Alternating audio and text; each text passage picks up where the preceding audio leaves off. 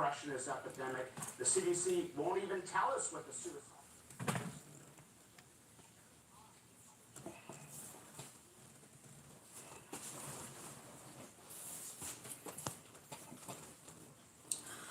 Okay, let's see what we got going here. As folks begin to filter in here, let's see if we can get this party started. All right. Let's see, we do got some folks in here. All right, Michael, it looks like God hates USA. Oh my God. We're gonna start out with the program. I wanted to talk about the possibility of us entering a third world war. But before we get into that, I want to ask the question in regards to what's going on, in regards to what's going on in the world. What do you think are the chances that we could actually this could blow up to the point where we are looking at a potential third world conflict?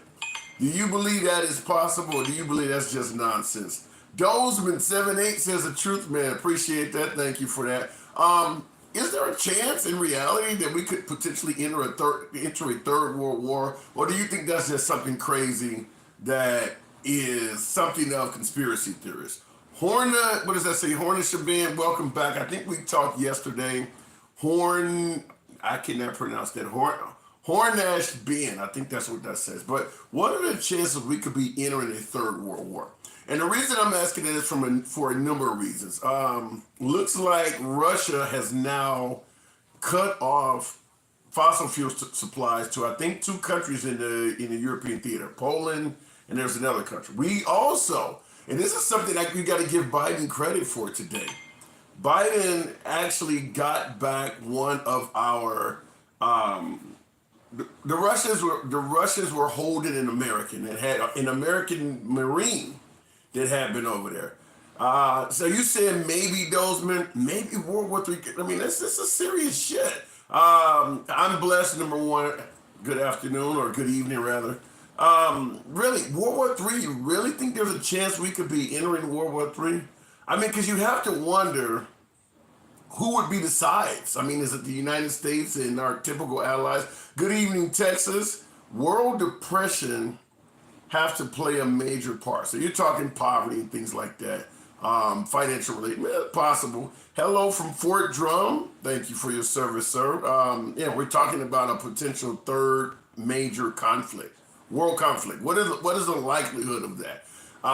Clearly, what's going on in Russia would make everyone be suspect that would have something to do with how it started. But I want to know that because we have the notion that under a Trump presidency, if Trump was currently serving a second term, a lot of folks believe this would not be taking place. How do you feel about that?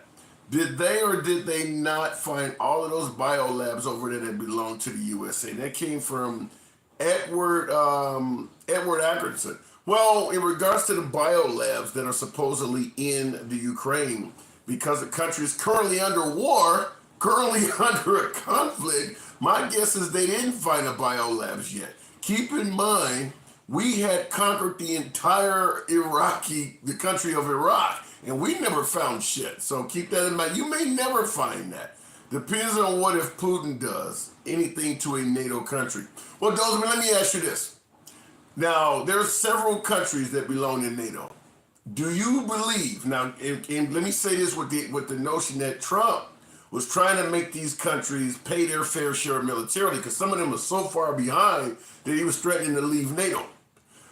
In regards to what you're talking about, Article 25, where America, or better yet, one of the NATO countries is involved in a conflict where we're all supposed to jump in. The question I want to ask is to you, to the audience, and to yourself. Do you believe all of those countries could be depended on to actually come to the rescue?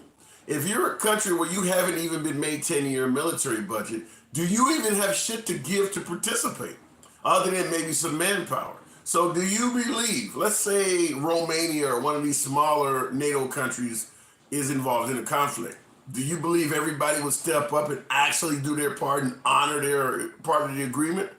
Biden's cost us more in 15 months than Trump did in 15 years. That came from Red Ross Forever. Thank you, Kim Royale, for that rose. In regards to Biden costing us more, how? I'm just curious to know. Like I said, as I say all the time, all day, every day, no snowflake zone, but how are you suggesting that Biden has cost us more so quick? Tony Davis 234, that Trump is a traitor. He was attempting to dismantle NATO. The latter part of that is absolutely true. He didn't make any qualms or any secrets about the fact that he wanted to get us out of NATO.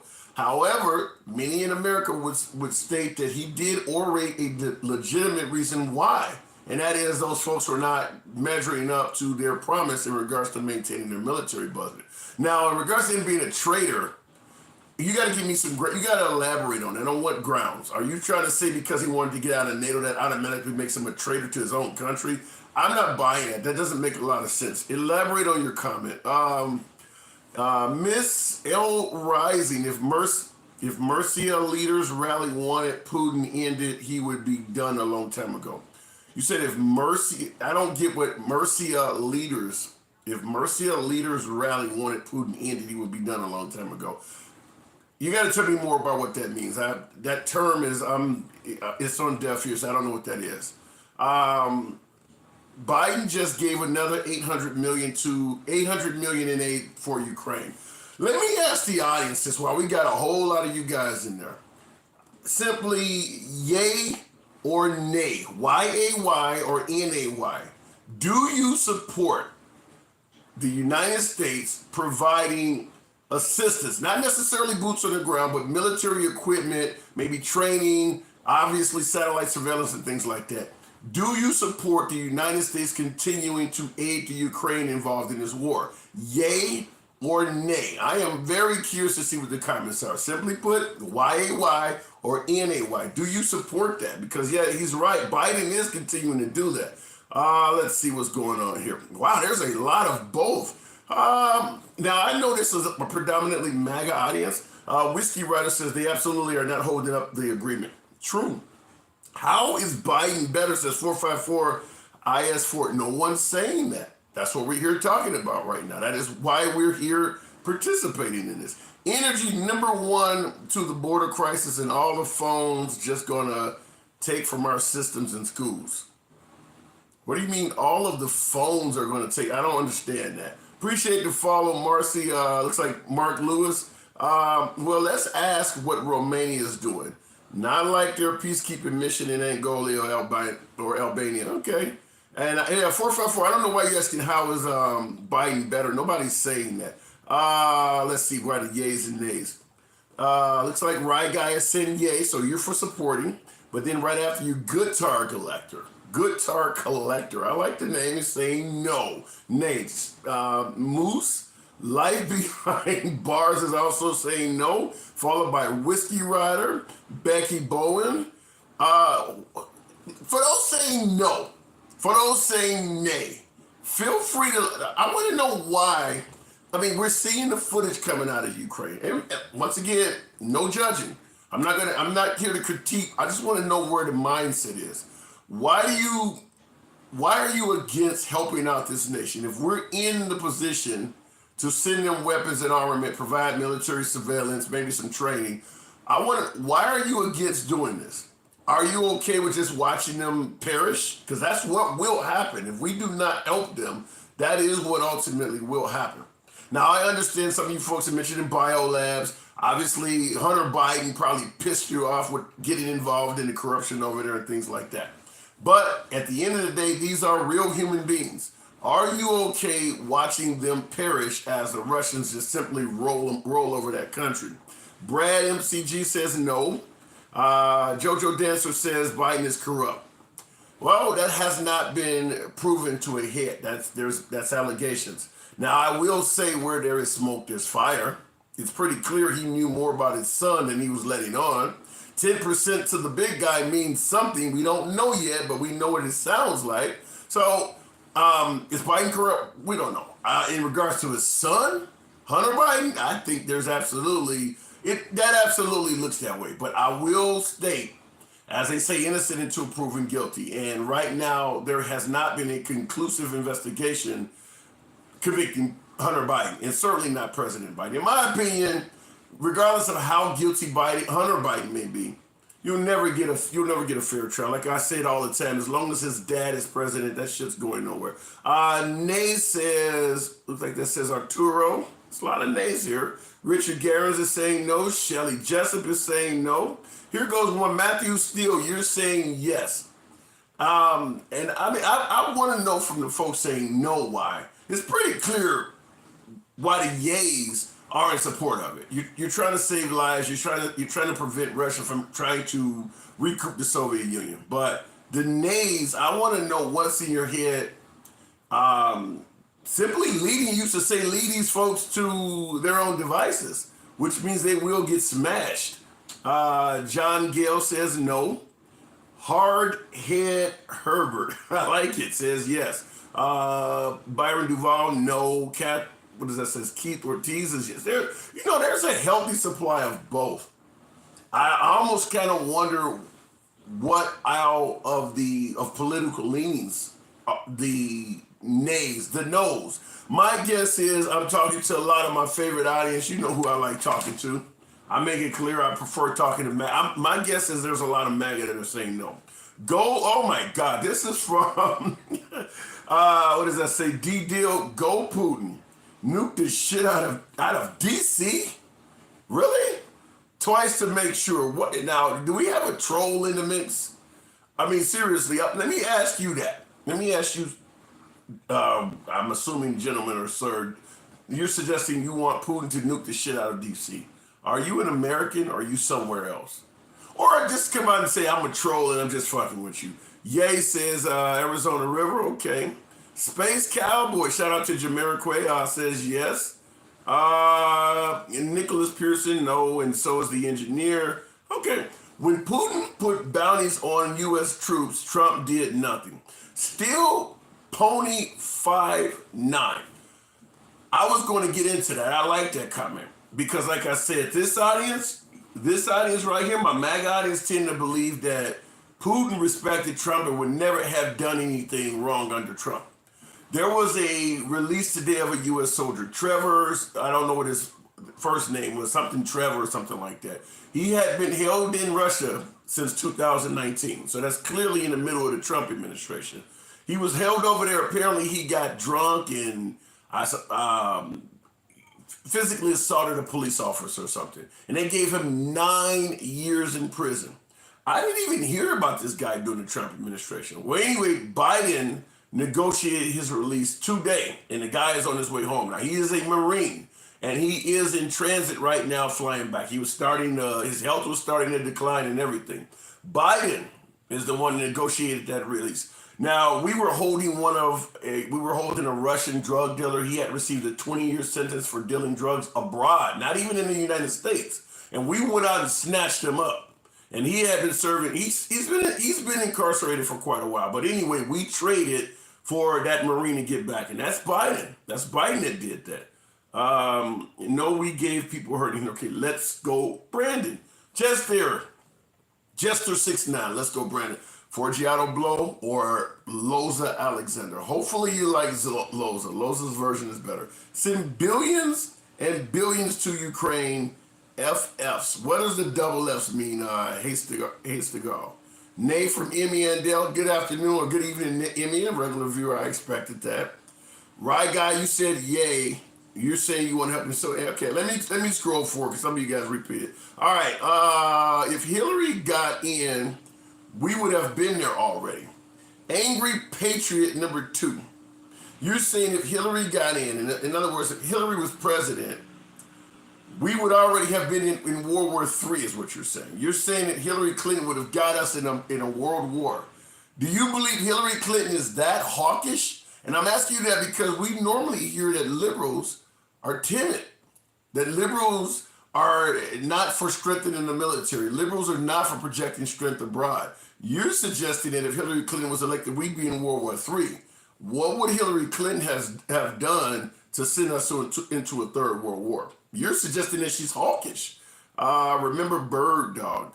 Todd Lawyer, I do not. Cue me on that. Oh, I like, I haven't seen that before. Thank you for that. I don't even know what to call that. It's like a bouquet there. Senile Biden is going to make us all radioactive. LE579. What are you basing that on? I have to ask, what are you basing that on? What has Biden done that leads you to believe he's going to get us into a nuclear war?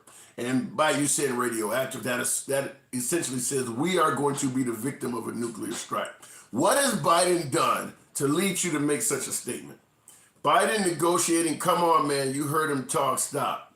It says, what does it says? Government tank my daddy. Okay, you're living off the government tank. Katie Meyer, thanks for those roses. In regards to saying that Biden is incapable of negotiating because of his speech, et cetera, et cetera. Okay, I'm willing to entertain the fact that Biden, his gaffes and shit are all over the damn place. However, you don't know who may have performed a negotiation for him. You don't know that. Texas, fireman, thank you.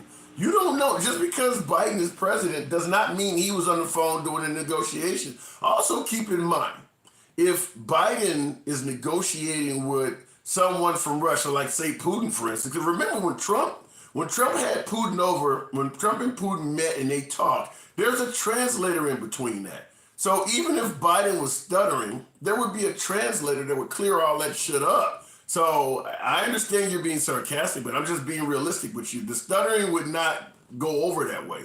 There would be a translator that would be converting his statements to Russian language, and they would just take all of that out of there. Obama is our Lord and Savior. Where the hell does that come from? Cheer Wineo. I'm assuming that you're looking forward to potentially a chance that Michelle Obama might run. Your statement's crazy. Trump believes Putin before his generals. TOK at Helsinki Convention. Trump is part of the conflict. SMC 1188. That was a major issue.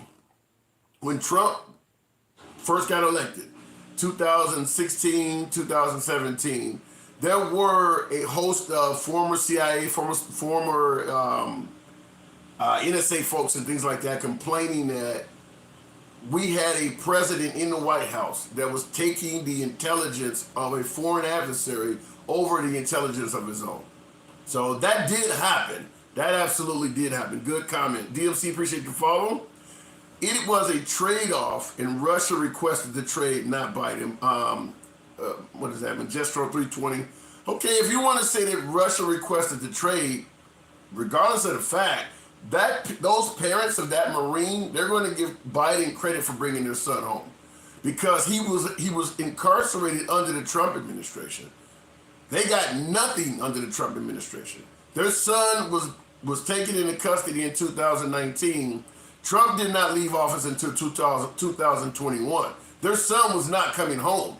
Even if what you're saying is absolutely true, and I don't know that, but let's say what you're saying is true, whereas it was actually Russia that requested the trade and Biden agreed to it, they're going to give Biden credit. Biden called that family this afternoon. They were on ABC News this evening, and they stated that Biden called them and told them their son was coming home. They said that they felt the compassion coming from Biden, et cetera, et cetera. It could be total bullshit. But at the end of the day, Biden is going to get credit for that. That happened under his watch. And he can say, I brought home an American Marine. I'm not expecting this audience to give Biden credit for that. No different than the liberals would not give Trump credit for it. But at the end of the day, the parents that are glad they have their child home after 3 years of incarceration in Russia, they're going to give him credit for it. Biden didn't do that. You got to be crazy to believe it. Listen, the parents of that child is giving Biden credit for it. The parents of that child did not get their kid home under Trump. They were in Washington holding up signs talking about their child was incarcerated. Trump served for 2 more years after it happened, and they did not get their kid back. Biden has been in office for a little bit over a year, and they now have their child back. Who the hell are they supposed to give credit to? Putin? Come on now, think about that. Are you Republicans or an independent? You seem to be in the middle. Mary T, 303. I appreciate that. Listen, even though I make no qualms, you see the name up there, I make no qualms about my political leanings. I like the fact that I am moderated enough that I don't come across as the squad, Maxine Waters type, AOC type. I am a moderate. I can see good and bad on both sides. I'm not above crediting someone like Trump or a Republican when I think they're doing a good job. I'm not below giving my own side criticism when I think they're screwing up. That's how we all should be. Unfortunately, we're not. But that's how we all should be. We all should be capable of doing what we're doing right now, right here, which is speaking to the other side and being willing to have a decent conversation without running because they don't represent or they don't champion the same causes we do. I like it. Appreciate it. Thanks for the comment. Thoughts surrounding Moldova Transnistria. I don't know about that. Dark skin. You know what? I had a guest on last night from Moldova, and she was pro Putin. Made no mistake about it. She was pro Putin. She thought that, in fact, what the Russians are doing to Ukraine is an act of self-defense. We talked for a while, had lots of folks calling in, chiming in. We do split screens. Lots of folks got on here. Even had somebody get on her and talk to her. And then it came down to we had a Ukrainian, a guy in Ukraine on the ground there, heard what she was saying and asked to get on and talk to her. And he obviously was chastising her back, being in Ukraine, having somebody tell him that they deserve what was happening to them. It was an act of self-defense. It became a really good back and forth, a good debate.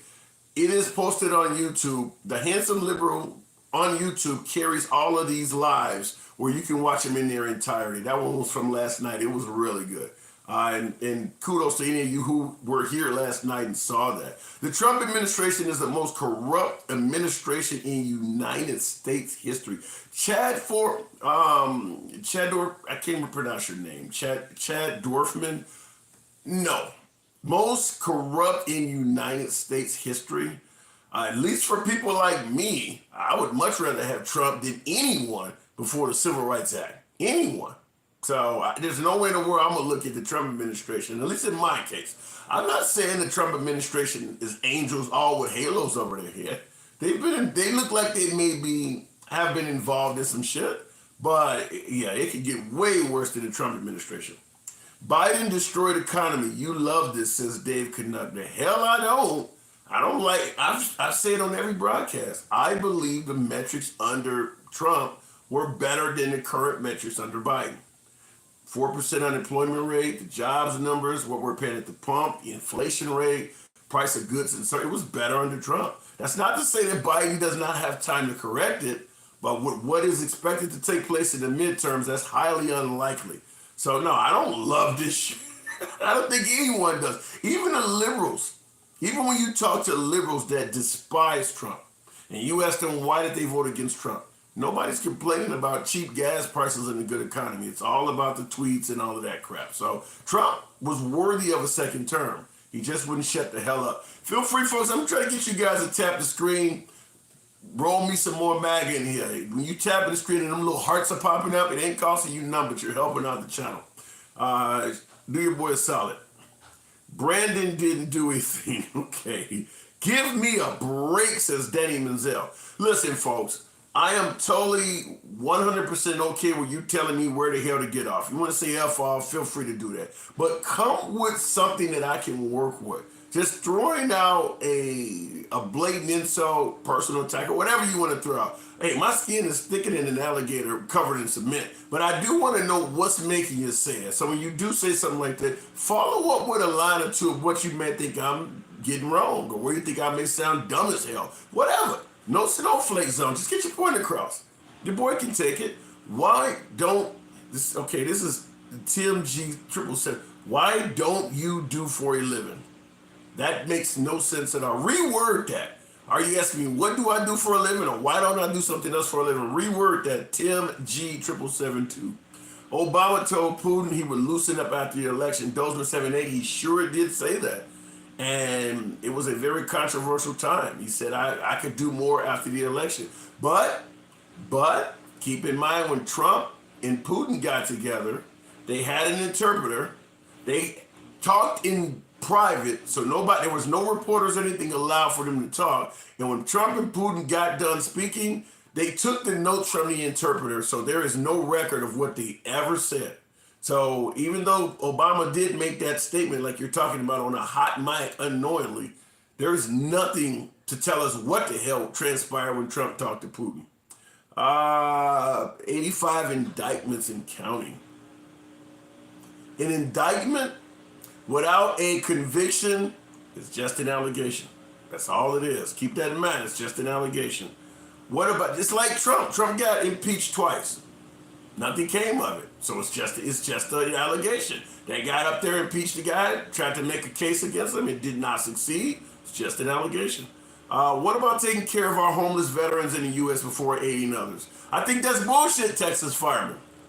I'm totally in the camp for taking care of veterans, but I'm only going to follow it when I think that is authentic. Every time we talk about an entitlement or a financial program or providing assistance to someone folks don't like, it becomes an issue of, well, why don't we take care of our veterans? Why don't we take care of the homeless people or the problems in this country first? I have to ask the question, before whatever that program was that we don't like came up, what the hell were we doing for veterans? It's not like we actually give a damn about them. We're just using them as a distraction to not aid this new program. Like, okay, in regards to the Ukrainians. Instead of giving Ukrainians aid, why don't we take care of our veterans? Okay, well, Putin just went into Ukraine in February. What the hell were you doing for veterans all last year? Nothing. So it's not like we truly care about them. We just bring them up as a sympathy point to try to divert attention from something else that's going on. Now, if we had been properly taking care of our veterans throughout 2021, Putin goes into Ukraine and they start allocating money from the veteran fund to helping Ukraine, then it would be a decent argument. But at the end of the day, they weren't helping them, they weren't helping out the veterans anyway. So you could take all of the money back from the Ukrainians and go back to normal, and normal would be the veterans still not being helped out. Did you serve in the military? Not fully.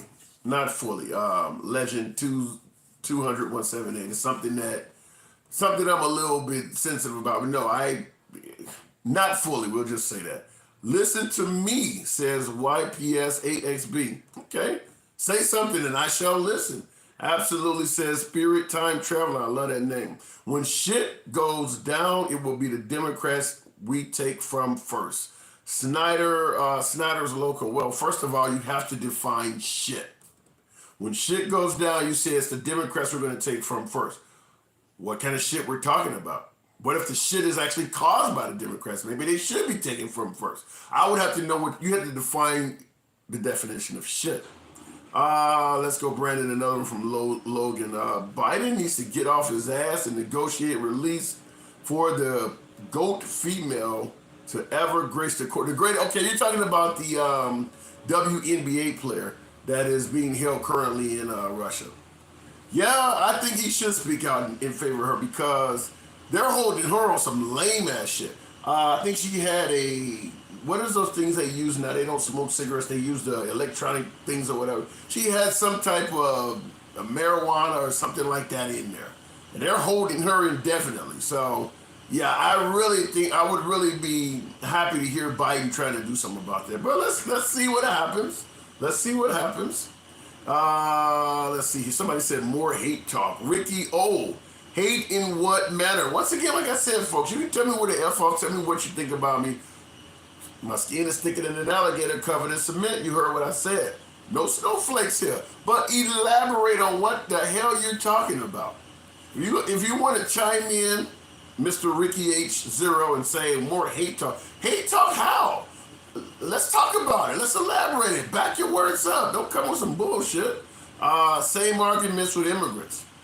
That's what I wanted to talk about this evening, but so much was going on with Putin that I kind of switched the topic. But the original topic was going to be, should we punish illegal immigrants, and if so, how? We can get into that because I'm curious about that. But with the stuff going on with Russia, it's getting kind of serious, particularly now that they stopped giving fuel to a couple countries over in Eastern Europe. So they've kind of escalated things. So kind of wanted to talk about that. Total economic collapse. I don't know about all that. Biden did a great thing and ended an unfair ban against people just because of where they were from. Alan White, what ban are you suggesting that Biden ended? I'm real curious about that. Biden didn't create all those jobs, opening businesses back up and letting them back in. It's not creating. 335310, you are correct. Under Biden, the economy was reopened and a lot of the jobs came back. But as I always say, what happens under your watch, you either get critiqued or you get credit for it. If the economy had opened up and some of those jobs did not come back, you would be criticizing Biden for it. So if they do come back, then he should get credit for it. You're putting him in a situation where the only critique he can get is negative because you're going to get a positive critique to someone else. This is very similar to when I get some of my liberals on here suggesting that because Trump inherited a decent economy from President Obama, he doesn't get any credit for how it performed during his 4 years in office. I disagree with that. He could have inherited a good economy from Obama and then fucked it up. He didn't do that. It actually got better, so he gets credit for that. Listen, doesn't matter what side of the aisle you're on. You should be at a point where you can give someone credit for doing something good and you can give somebody critique when you think they're fucking up. Let's see here. We are going to have a problem with the world dropping the petrol dollar. The way we print money nowadays, I don't know. This guy doesn't want to talk about facts, says Angry Patriot. How angry are you? What kind of facts you want to present? Talk to me. What kind of facts you want to present? If I'm wrong, I'm willing to concede. But if I think you on some bullshit, Mr. Angry Patriot, I will call you out. What facts don't I want to talk about? Holla at your boy. Listen, what did Obama do, says CMB Corrado. Go tell all the folks that made it impossible for Trump to repeal and replace Obamacare. Ask them what did Obama do. Talk to all them Republicans that can't get enough of that shit. Now that they actually have some health care that President Obama gave them that they didn't even originally fucking want. And now that they have it, now that they can get prescriptions and shit filled like that for a price that they can afford, go talk to those folks and ask them, what did Obama do? Go do that, CMB. Since you asked what did Obama do. History or his story. What up, Tim? Good evening. Good evening. I like your name. Appreciate the follow, Chad Griffin. Oh, thank goodness you said it. What did I say, Melissa Berman? What did I say? Kathy Howard is another one saying, let's go, Brandon. I give all the presidents of the United States credit starting with George Washington. Jubilant 3237. Yeah.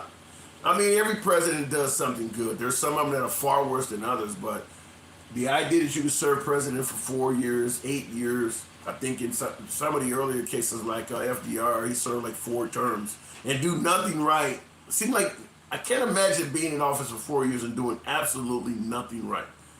Let's see here. Appreciate that makeup with JoJo. Follow those. The right will dominate and destroy the left and show all the massive corruption.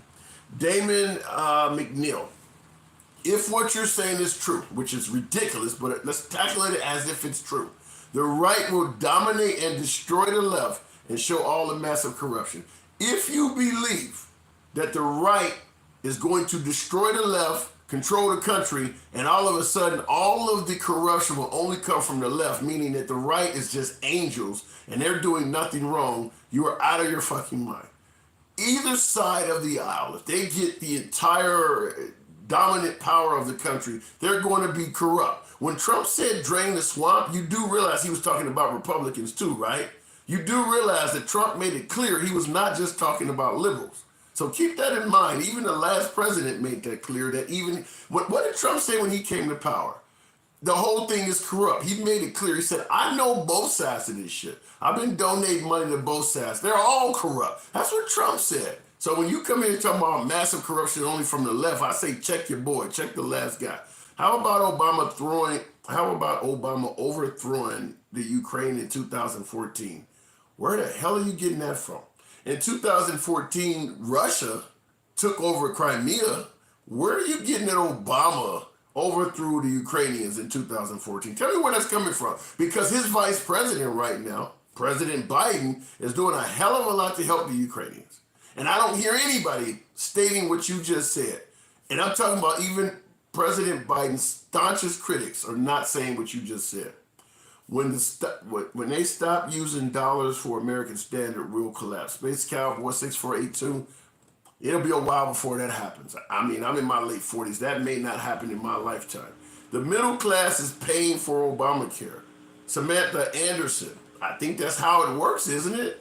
If you are completely homeless and you dial 911, who pays for the police to come out and check on you? The middle class. The middle class pays for everything. All of our social programs are paid for by the middle class. So it doesn't surprise me that a large portion of the money going to Obamacare is coming from the middle class. They pay for most programs. I don't agree with helping other countries because bottom line is, who will help us if needed? Forest fire. That's a legitimate point. To some degree, a lot of that is because America has mostly all the resources. We have the largest population behind two other countries. Ooh, that is beautiful, Don. That is beautiful. I think that was straight out of Tiffany's. Thank you. We have all of the weapons. So when we say that, well, you need to help us the same way we helped you, they can't. Remember George Bush and his coalition of the willing? Folks sent over a couple thousand soldiers, maybe 2 tanks or some shit. They don't. Look at what Biden is sending to Ukraine. Who else could do something even remotely close to that among our allies? They just don't have it. So I understand your point, but they don't have it. Thoughts on the Second Amendment? I have no problem with it. I strongly support it. I believe that sometimes dialing 911 may take too long. I'm a strong advocate of being able to protect yourself. I don't mind you being able to hunt. I love meat. You got one of you guys out there want to go shoot some squirrels? You got a little extra? Holler at your boy. I love wild game. I have no problem with the Second Amendment. I strongly do believe that if you get rid of firearms, the bad guys will be the most heavily armed in the country. Obamacare is modern day slavery, says King Scooby. You know, when you say Obamacare is modern day slavery, that sounds idiotic to me, like when Colin Kaepernick and some of these folks say they're slaves to the NFL. To me, it's a disgrace to people who actually were slaves. He made cages for kids. She knows. That's a song by Neo. I agree that Obama was putting kids in cages. The only difference between Obama and Trump is Trump ran his damn mouth too much. Obama, like the Nike slogan says, he just did it. Trump wanted to brag about it and let the world know that he was separating families and putting kids in cages. And he paid a price for it. Also, under the Obama administration, Obama got the benefit of lying Republicans being dishonest and trying to say he was for open borders. Claiming he was for open borders when he was actually separating kids in cages and all of the shit you're talking about. But because you were so busy trying to make it look like he was not securing the border, you couldn't tell the truth, and he didn't get any flack for it. All of a sudden, Trump comes in office, and now he's taking all kinds of flack for separating kids at the border, and it's, well, Obama was doing it too. Too late. Too late now. He's gone. You said he was for open borders. You should have told the truth when he was actually in office. Yes, the prices for everyone else skyrocketed with Obamacare. It was and is a joke. What does that say? Trist Angel Breath or something like that.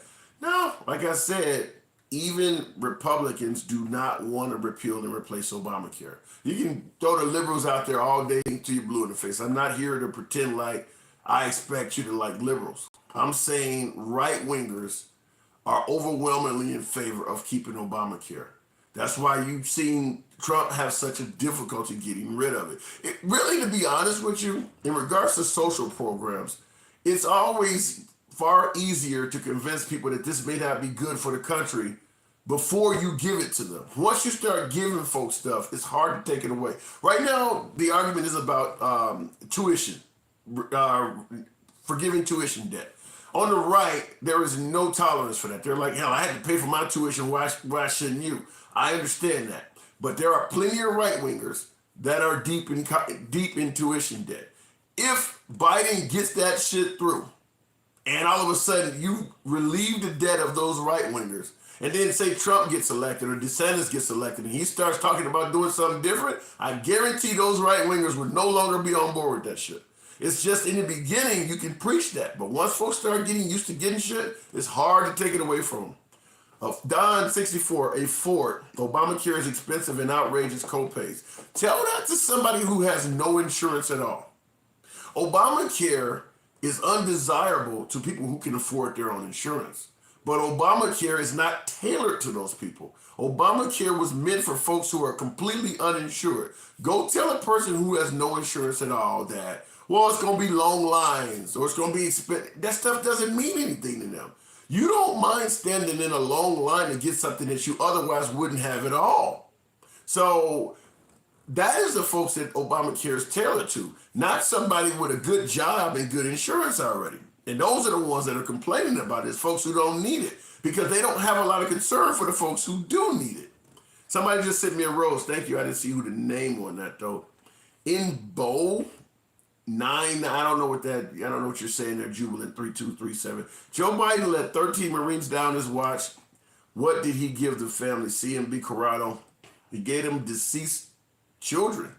Joe Biden fucked up in regards to the botched Afghanistan evacuation. Everybody has stated that he should have evacuated the armed soldiers last, not the way he did it. Whereas, suicide bombers were able to navigate through the crowd and not only took out 13 of our guys, but a host of innocent folks that were just hoping to get refugee status. It's a fuck up. I'm not here to defend that. It's a fuck up. That's the best explanation I can give you. It's a fuck up. Obamacare is and was a joke. It's ridiculous. Okay, like I said, a lot of folks disagree with you.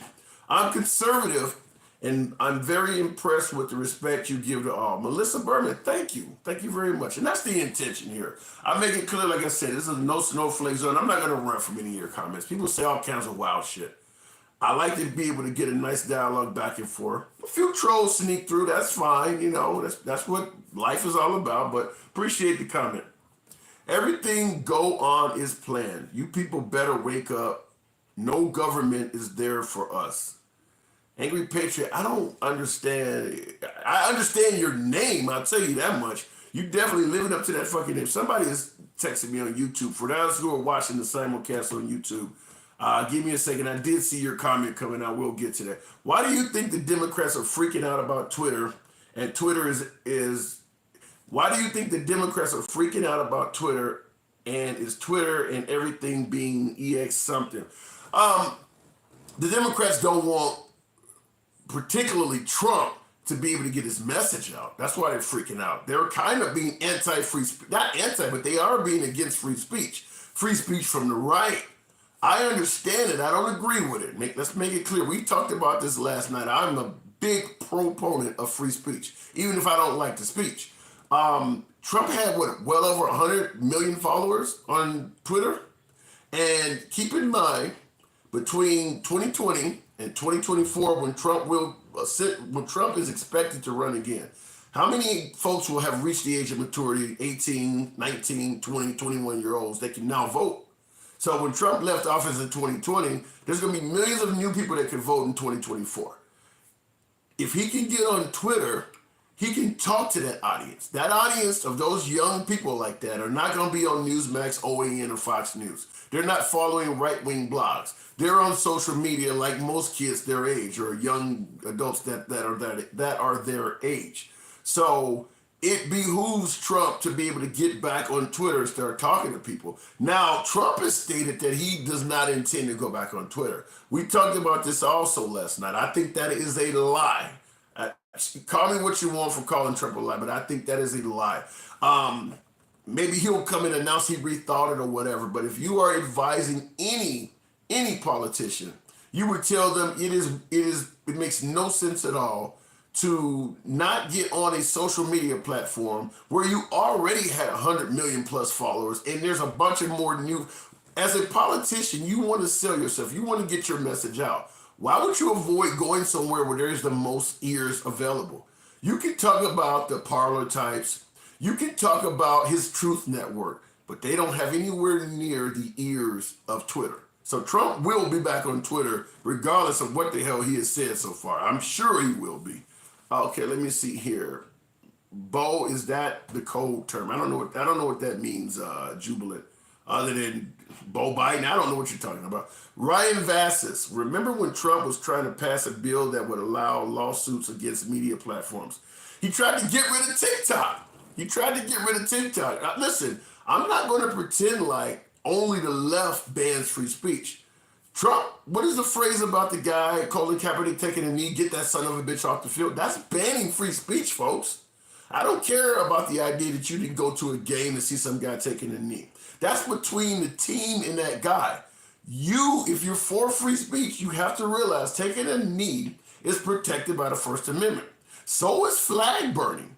And I'm sure this audience, including your humble correspondent, none of us like flag burning, but it is protected free speech. So I'm going to make it clear that when it comes to free speech, nobody is for free speech. Everybody is for free speech until you say some shit they don't want to hear. That's the right and the left. I can give you plenty of examples of both sides being against free speech.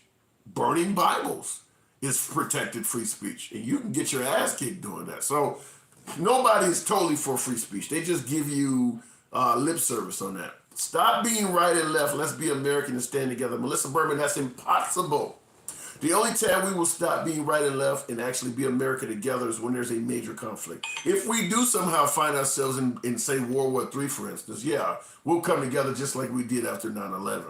But when there's nothing going on of any significance internationally and we're left to our own devices, you're going to have issues. Just like if you're in, let's say you're stuck in a house with your family. All of a sudden, somebody snores too much or you chew too loud at the table. The domestic issues start to become a problem. But then if something happens outside the house, grandma gets sick or something across town, you guys come together again.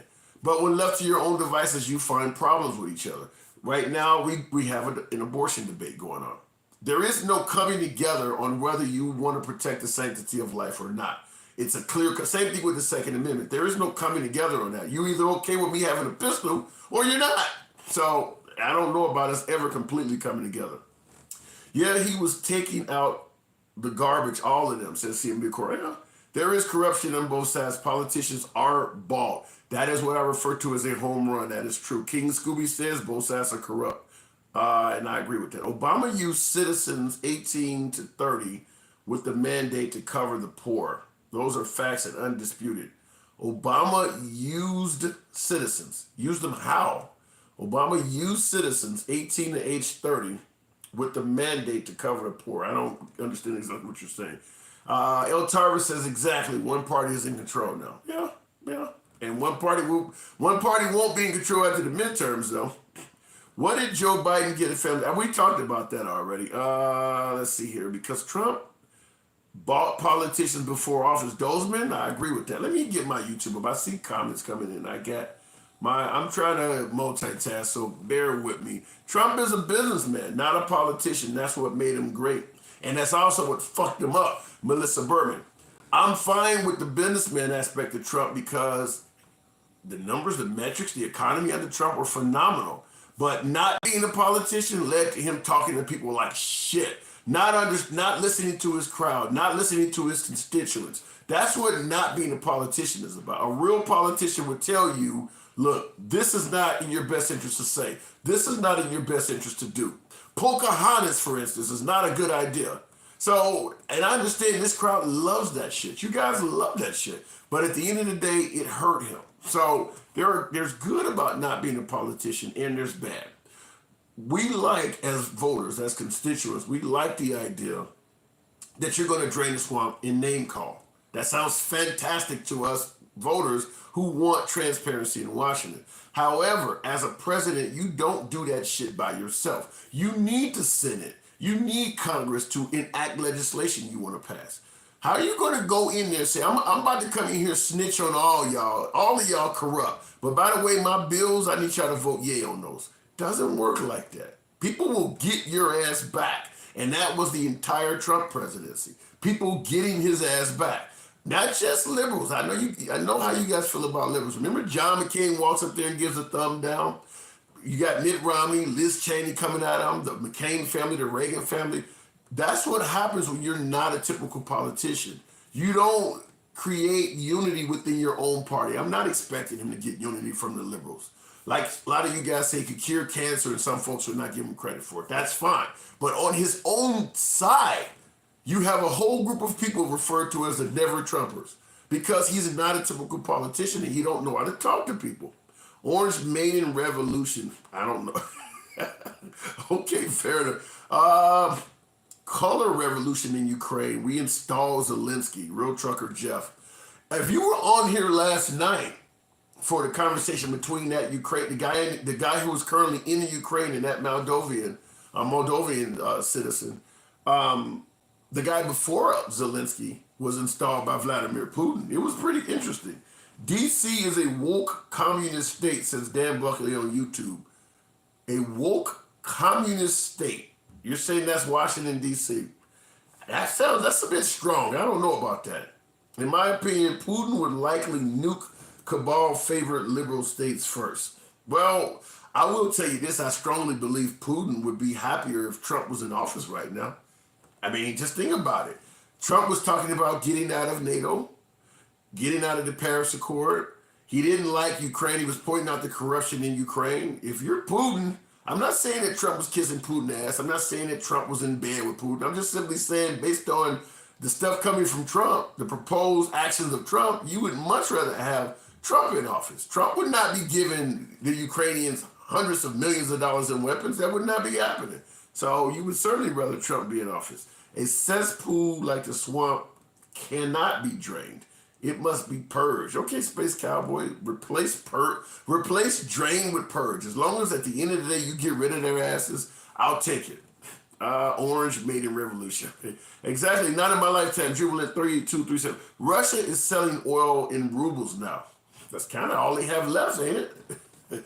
Durham is closing in on Hillary, but legacy media isn't reporting it much. Dan Buckley on YouTube, in regards to the Durham report, better yet, let me not say because I do believe there may be smoke where there's fire type relations on, because I'm not saying that Hillary Clinton is an angel by far. I'm certainly not defending Hillary Clinton the same way I don't defend Hunter Biden, the same way I do not defend Donald Trump.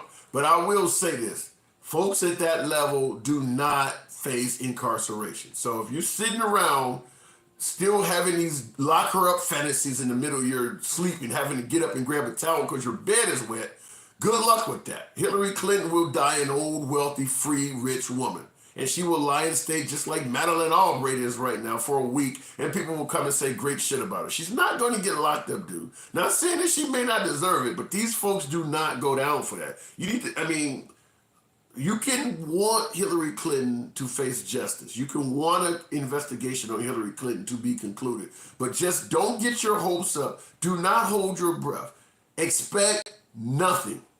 Let's see here. If you are poor and if you are wealthy, the Obamacare is for you. It screws the middle class. Isn't that how most of the social programs in this country work? I mean, seriously. The middle class foots the bill for most shit. The poor can't afford to do anything. The poor can't afford to contribute anything, and the wealthy find a way not to contribute anything. So yeah, you're right. The middle class absorbs it all. Biden bowed to the globalists like Obama did. Ever since Bill Clinton, this is Dan on YouTube. Ever since Bill Clinton was in office, I've been hearing about New World Order and globalists. Until I actually see something. All of this George Soros owns the world and Bill Gates, and I need to see some actual proof. Other than that, to me, it just comes across as a conspiracy. The only person who would have ever proposed a plan to pay a penalty tax, wait a minute. Yeah, this is from Chad J. The only person who would have ever proposed a plan to pay a penalty tax who couldn't afford it. So you're suggesting that the poor are the ones that propose to pay a penalty tax? Maybe. Do you lean more Republican or more Democrat? That came from Cactoteps or something. I lean more left. I'm pro-choice. So I lean left. Now, I am pro-Second Amendment, but I'm pro-choice. I believe in criminal justice. I believe criminal justice reform is badly needed. Trump talked about it, but he only gave it lip service.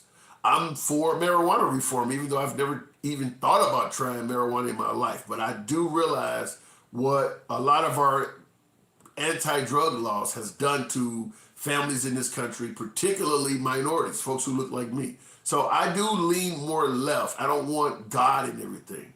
So I don't want Christianity in schools and all of that crazy stuff. I could come up with a host of issues, but I do tend to lean more left. But I consider myself a moderate. I can see other folks' points, which is why you would ask that question. You don't come across as I'm not AOC Maxine Waters left. I tend to be very close to the center, but slightly on the left side. Appreciate the question. Freeloaders. They're called freeloaders, CMB Corrado. Okay, all right. I don't know what to say. Everybody freeloads in all financial categories. They just fight. And you got sports teams that have come into a city and told that town, well, because we create a few jobs, we want to pay no taxes. The city caved and gave them that, and then they reneged on the jobs or some shit like that. Laid everybody off. I mean, the rich do freeloading shit too. It's not just people at the bottom. How much can the middle class take before the middle class is done existing, says Samantha Anderson, 358. I don't know, but we may eventually find out. I mean, we were able to sustain a war in Iraq, an unnecessary war in Iraq for what, 20 some odd years? You want to talk about wasting money? Even President Trump stated the war in Iraq was the worst mistake in United States history. That's what Trump said. So we always find a way to come up with the money when it's something we care about. The liberals will find a way to come up with tuition reform, or they'll find a way to come up with money for pre-K or the Affordable Care Act. Meanwhile, the right says, well, who's going to pay for that? Well, when it's time to build new prisons, they don't have a problem coming up with the money at all. When Trump suggested that any illegal immigrant caught entering this country should get a mandatory minimum of 5 years, nobody asked him, well, who's going to pay to support this person for 5 straight years? Every side can find the money when it's a program they care about. I don't call 911, I call 9mm Space Cowboy. I'm with you. Holla at your boy. Orange Maiden Revolution. Hillary was heavily involved, and she will not face any justice for it. Let's see. If it just came out, it would take years to replace what we sent to the Ukraine because of electronic part. We'll find a way to do it. If we can give out a $2,000 stimulus check to essentially every adult American in this country, we clearly can find money when we need it. We were asking who's going to pay for this and who's going to pay for that long before that stimulus money was handed out. And for some strange reason, we were able to find enough to give every American $2,000 twice, plus all of the PPP loans and all this other bullshit. All while saying, well, who's going to pay for this and that for years? So clearly there was some money there. We had no problem producing it when we thought it was necessary. And that first one came from Trump. The second one came from Biden. So it really makes it look like all of the crying about we can't afford shit might have just been some bullshit. You said we were completely broke, and at the drop of a hat, you found $2,000 to get every working American twice. Something don't measure up. I heard foreign aid is a fancy word for loans with interest that help us more than them. Okay. Obama lowered unemployment by 6 points on his watch. Trump lowered Obama unemployment less than 2 points. Fact. Magora 369, I've said it every time. I think Obama's presidency was very successful. But I also believe Trump's presidency was successful too. I think the only thing that stopped Trump was his mouth. Ukraine is corrupt. Why send them money? It could backfire. UBI, because it could backfire both ways. That's a legitimate point. It could backfire assisting the Ukrainians. But at this point, with the way Russia is treating them, you got the Ukrainians in the bag. They would love to be a member of NATO. They would love to be down with the rest of the United States at this point.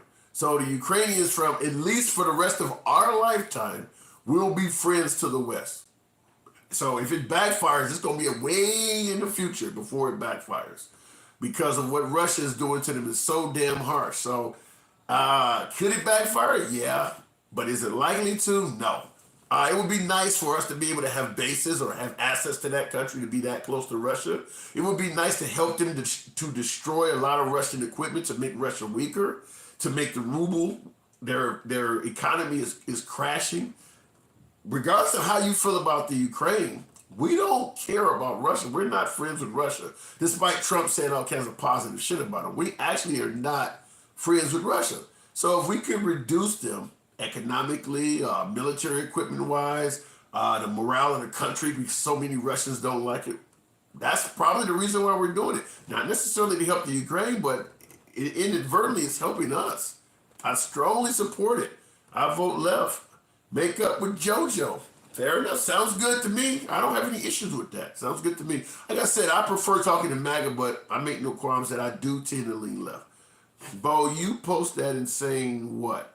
Come with valid proof. Bo, okay, you must be talking to someone else. I don't know who Bo is. Black Lives Matter. What about it, K. Dot? You don't know how I feel about Black Lives Matter? State your case. Ukraine is corrupt. Well, I made that statement on that. Healthcare shouldn't be cost sharing.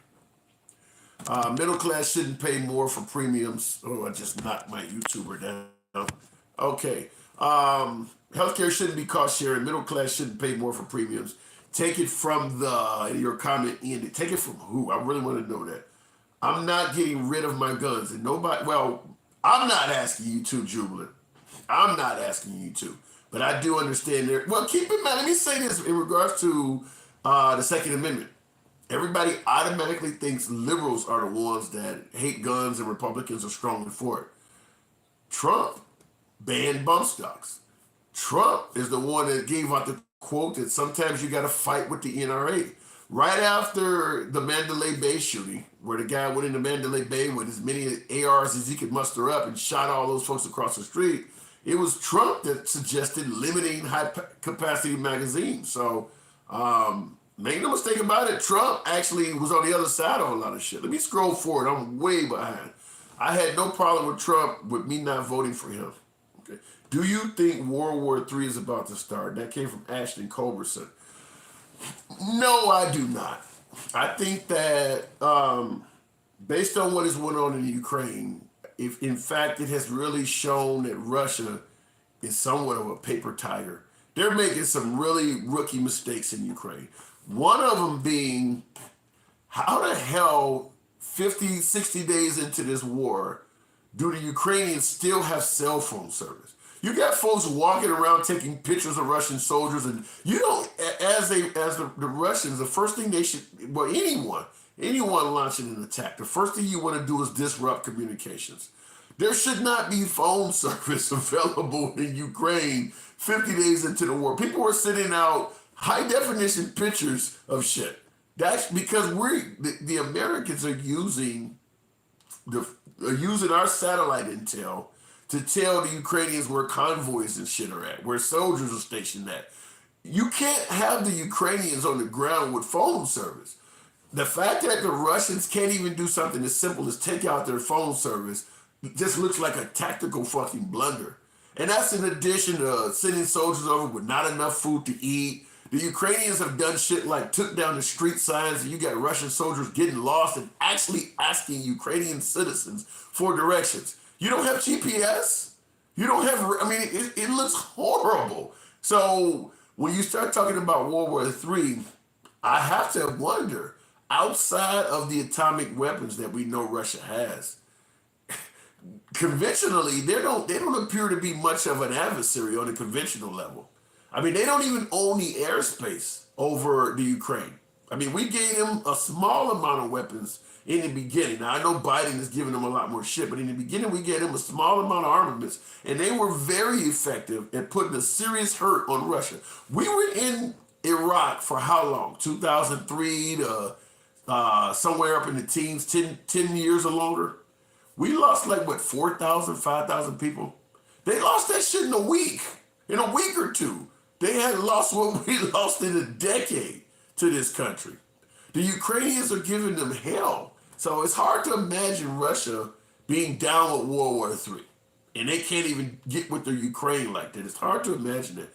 God doesn't work when local repeaters are not,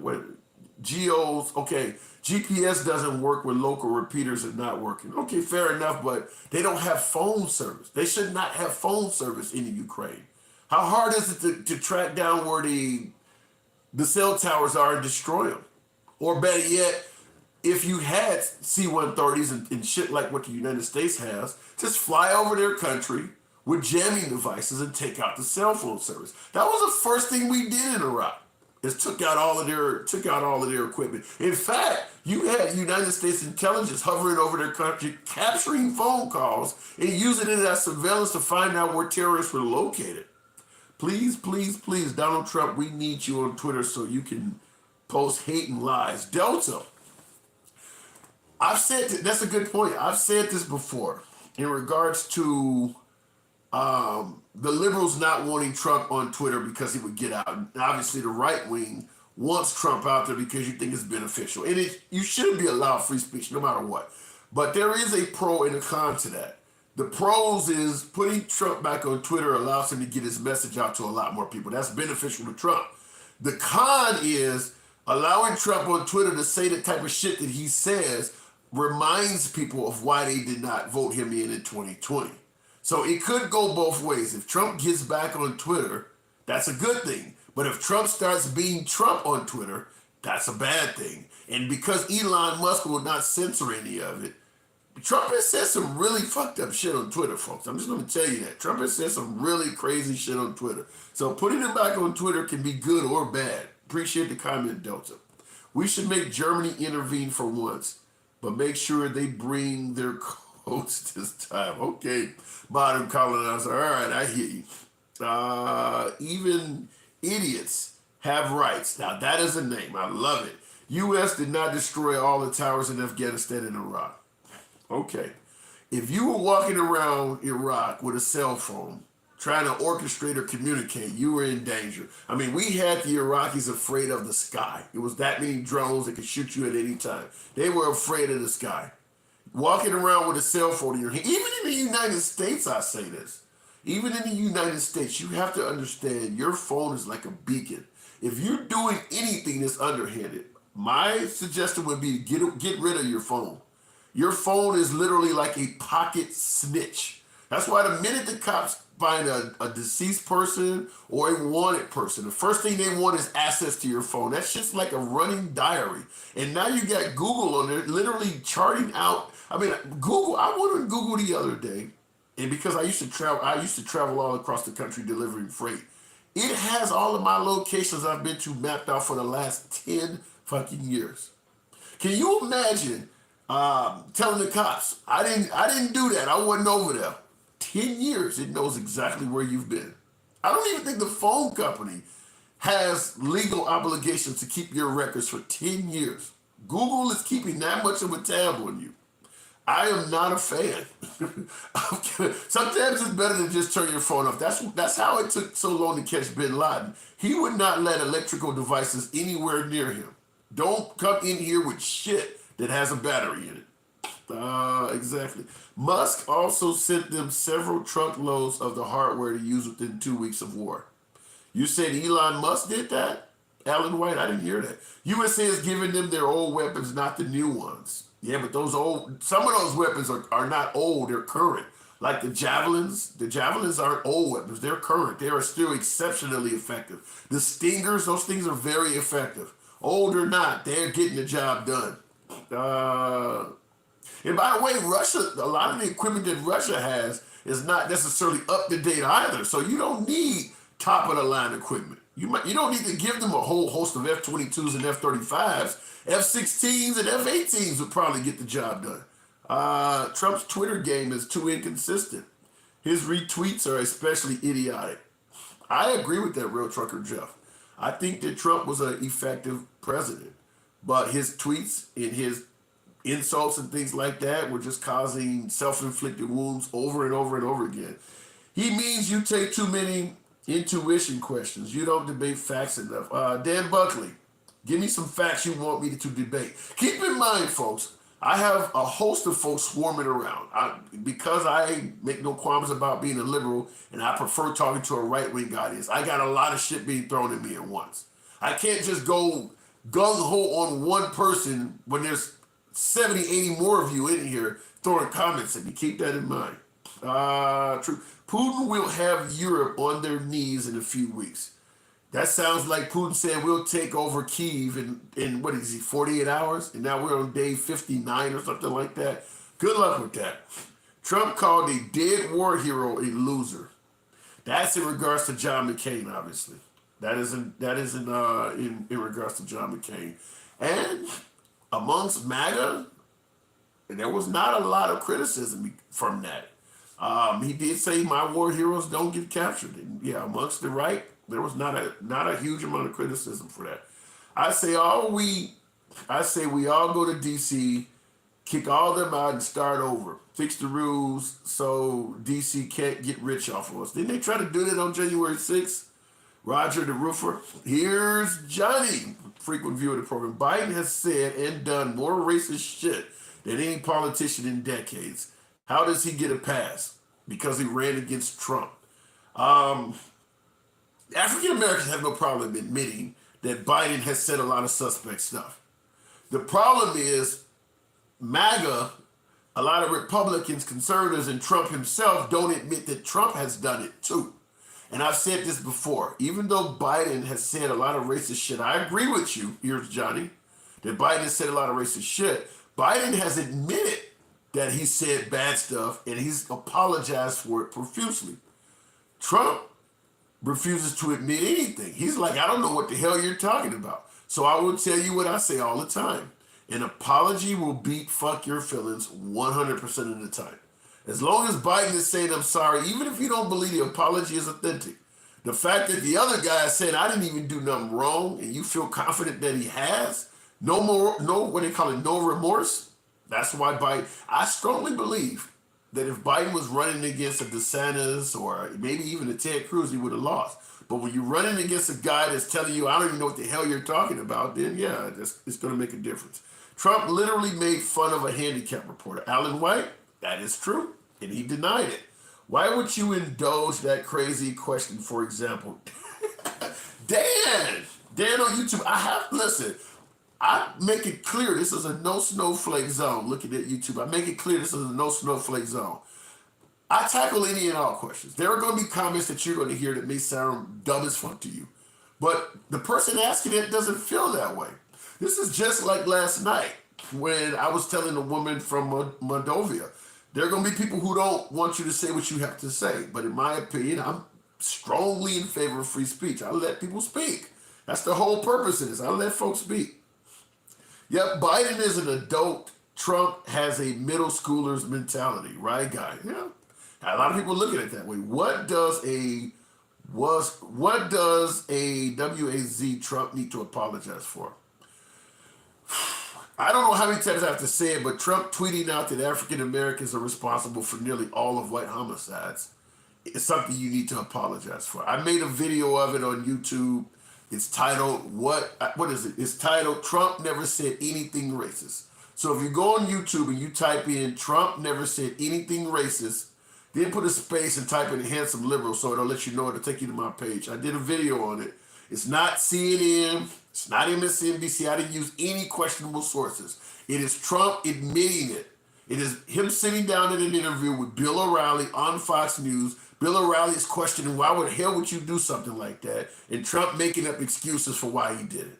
So that is questionable and as racist as they come. For a presidential candidate to suddenly tweet out that black people are responsible for nearly all of white homicides, 81%. Not only was it incredibly false because the FBI grabbed it and corrected it and made sure people knew blacks are responsible for 15% of white homicides at the time Trump said that. Fact is, you tend to have conflicts with people who are around you. So if you live in a neighborhood that's predominantly white, the murders in that neighborhood are going to be committed by white people. Why Trump, not only was Trump incredibly wrong, 81% to 15%, he has also to this day never stated, why would you tweet that out to begin with? What is the purpose of telling white people that blacks are killing them off wholesale? He has never explained that. Thank you for that hat. Appreciate that, Marie. I think that's it, Marie. Yeah, he's never explained that. So you're going to tell me that that's not suspect? That's not something that you should question? If I was Caucasian, white, and I didn't have any African American friends, I didn't have any black family members or associates, and I believe what the president said. After all, no reason why not to believe the president. He's telling me that the chances are, if I'm ever a victim of a homicide, it's going to be a black person that did it. If I see a black person coming on the street, I would cross over to the other side. If I was carrying, I'd put my hand on my weapon. He has never explained why he would tweet something crazy like that out there. So don't tell me Trump ain't never said something suspect. Maria Mary, thank you. Appreciate that. Why are people so emotional? Who gives a shit what people say? Vote based on policies. King Scooby. Only when Trump got elected did we suddenly hear so many folks saying, only pay attention to what he does, not what he says. You ever heard of the Gettysburg Address?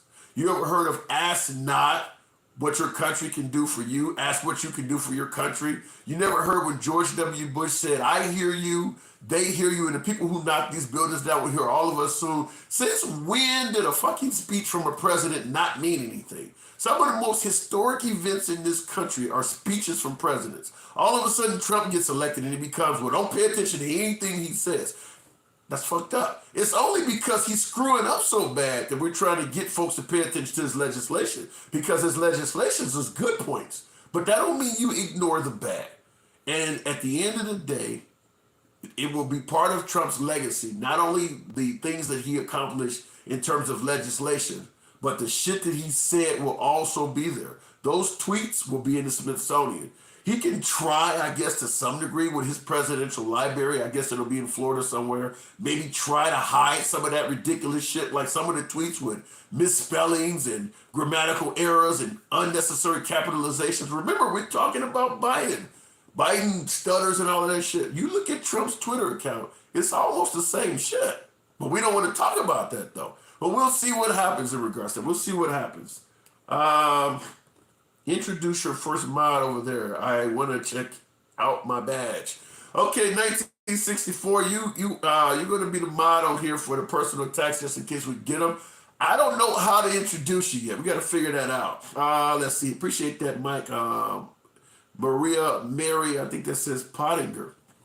Liberals love Trump. Oh, excellent. This is an excellent one. I like this.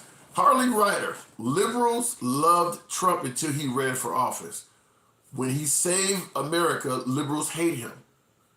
That is called politics, Harley Ryder. When you're not in position to get in the way, people don't mind showing you love. When Trump was not president, even the African American community favored Trump. He was even in rap songs. He was in movies. I mean, he was in Home Alone and shit. Folks with money loved staying at his properties. He was considered like the shit. He got elected and, well, now all of a sudden he's a racist. What the hell happened? Well, keep in mind, when Obama was a senator, nobody had a problem with him. All of a sudden he gets elected president and suddenly he's born in Kenya. Trump was one of the main people in that. Same thing with Hillary Clinton. Hillary Clinton was well respected on both sides of the aisle. She ran for president and suddenly she's sexually abusing children. Point is, when you run for office and you become the most powerful person in the country, people make up shit about you. I'm not saying it was right to do it on Trump, but I'm just simply saying that is what happens. And Trump does not make a good victim because Trump was doing it himself to Obama. He also was doing that. There is a such thing as karma. You don't get to deliberately try to muddy somebody up because as a senator, nobody was claiming Obama was born in fucking Kenya. So the minute he became president, all of a sudden he's born in Kenya. Well, the minute Trump became president, folks started throwing around the R word at him. None of it is fair. But the guy who participated in this shit cannot complain when it suddenly starts happening to him. He never apologized for President Obama about... No, he didn't apologize, Delta. He did not apologize for that. And it was wrong as hell. Conservatives never liked Hillary. Then why did Trump go to her wedding? You want to explain that? And there's pictures of it, so it's not even deniable. Hillary turned out to be a joke. I wouldn't say that. I mean, she reached all the way to the top of the Democratic ticket. She's not a joke. Clinton crime family. Okay. Like I say on all of this shit, it's an allegation. Until I see a conviction, crime family is just a mere allegation. And I tell this to liberals who say Trump is corrupt. Until he's convicted of something, it's just an allegation. Georgia is shutting down for what reason? The state of Georgia is shutting down? I've not heard about that. In Africa and the Middle East, Iraq, 1990, Are you talking about Obama? What are you talking about? Most leftists would rather see the country burn than have Trump back. That's sad. Modern colonizer, there were members on the same side of the aisle as Trump, right wingers. When you talk about would rather see the country burn than to have Trump back, there were folks saying that Trump would rather see the country burn than to admit he lost the election. And there were right wingers saying that. This McCarthy tape that's coming out right now, there were right wingers. I mean, I can tell you about, well, I don't want to cause a ruckus over here, but I can talk to you about shit that's in Jim Barr's book, talking about that. I can talk to you about shit that's in Chris Christie's book. These are right wingers. These are not left wingers. So when you talk about letting the country burn as opposed to having your way, there are many folks on the right that said the same shit about Trump. I never heard a right winger say that. Then you weren't listening. You probably also never heard Trump say that most whites are killed by African Americans. Let me tell you guys something. And that's a good comment, Crazy Mike. Let me tell you something. This is why I prefer talking in MAGA. This is why I prefer talking to folks that are not liberals all the time. I don't like to be in an echo chamber. When you're in an echo chamber only talking to your own side, only listening to your own side, you don't hear every fucking thing. That's why a lot of the critique of Trump that actually might be valid, you don't know about. Because Fox News is not going to talk about it very long. OAN or Newsmax is not going to cover it much. And it's the same thing on the left. You don't turn on CNN or MSNBC and hear about Hunter Biden's laptop. They're not talking about that shit. It's on the networks you don't watch. It will be on Fox. It will be on OAN. It will be on Newsmax. Watch shit that doesn't fit with your political leanings sometimes. Don't just watch your shit. Because your shit has propaganda to it just like the other side does. You're not hearing the full story if you're only listening to people that you agree with. I'll guarantee I know a little more than you. I have nothing but time to listen and learn. Okay, Crazy Mike, then that's why I'm talking to you. I have no hesitation being schooled by a liberal or somebody that I don't agree with. That is why I'm here. Fucking school me. That's fine. If you know more than me, you don't have to brag that you do. Prove that you do, and I'll concede your fucking point. I'm not here to brag or get bragged on. I'm here to fucking talk, discuss, debate, and potentially learn. Is that okay with you?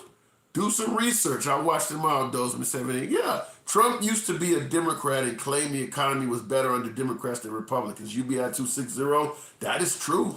That is true. In 1986, he told Oprah Winfrey, he stated that I identify as a Democrat on her program. That's on YouTube. You can see it. Melissa Berman, right wing is only for Trump because economic was great, employment great. The hate is not okay. I agree with that. I definitely agree with that. Under Trump, economically, America was doing very well. Employment-wise, America was doing very well. I've said this before in regards to hate. I don't believe that all MAGA is racist or nothing. I don't submit to any of that. But I will tell you this. In regards to hatred towards minorities, I don't believe that all MAGA is like that. But I do believe that if you are one who hates minorities, that is not a deal breaker to showing up to a MAGA event. Now that's not saying that if you're Minister Louis Farrakhan, who I think is racist as hell, he can show up to a Democratic event. So I'm not saying that it's not on both sides, but I will say this. When you look at January 6th and there's a guy walking around with an Auschwitz t-shirt on, and nobody seems to have a problem with it. I mean, I'm sure if I was walking around with a Black Lives Matter t-shirt on, people would have seen that. This guy is walking around with a Camp Auschwitz t-shirt on out in the open, and nobody seems to have a problem with that. So, yeah, I don't believe that they're all like that, but I do believe that if you're like that, nobody's going to turn you away. We will never know the truth and nothing but the truth. Forest fire, that's probably true. Get it the box. I don't understand that. I'm blessed too. Let me scroll up a little bit here. The economy was great because of the Federal Reserve bankers in this country. They control the money. Trump was in office. You can blame the economy on whoever you want to, but in my opinion, if you're president and that shit's happening under your watch, you get credit for it. I give credit to Trump for a great economy. I don't think the economy was bad at all under Trump. 4% unemployment rate, unemployment numbers. I think Trump was doing a great job economy-wise. The metrics under Trump were fine. He just wouldn't shut the fuck up. It was only a wave of Trump supporters because he was better. He was a better option than Joe Biden. He wouldn't shut the fuck up though. He still is. He's still, even as a liberal, I'm gonna make this clear. I still think Trump is a better option than Biden. But that name calling and those tweets, if he does not stop doing that, hey, it is what it is. He doesn't deserve. If he has not evolved, this will be his third time launching a presidential campaign. If he comes back with that same shit and he doesn't win, hey, he brought it on himself. Let's see here. Biden doing Bird's eulogy. That's not racist and you voted for. Crazy Mike, I think most folks who are politically savvy are well aware that the racist Senator Byrd had he had a tone for his past. He was in good with the NAACP. I believe President Obama was also at his funeral. And the issues of Senator Byrd being down with the KKK years before his death were over with. He had evolved past that. So I understand you trying to say that the guy is racist and all that, and I'm not disagreeing that he had a racist past, just like I say Joe Biden, President Biden has a racist past. But there is a such thing as evolution. Just because you're racist at 20, 30, 40, 50 years of age does not mean that you're going to permanently be that way. No different than looking at Trump in his 30s and 40s said he identifies as a Democrat. Look at him now. You want to hold him for being a Democrat when he clearly is not at this point? He evolved out of it. Most black people don't know about that camp. Camp Auschwitz? I still 45. Is that what you're talking about? We know about that. Trump inherited the Obama economy. What did he do? He maintained it and he improved it. You're asking what did Trump do in regards to the Obama economy? I'm agreeing that Trump inherited a decent country under Obama. I don't remember folks complaining about gas prices and high inflation when Trump took office. But at the same time, if you look at the metrics under Trump, look at what he inherited when he got inaugurated, which would have been in what? January of 2017. And you look at the way the country was going right up to when the pandemic started happening in 2020. Shit was going good under Trump. Doesn't matter that he inherited good things under Obama. He didn't make it worse. He made it better. Give the man credit where he deserves it. DeSantis didn't read the Disney contract.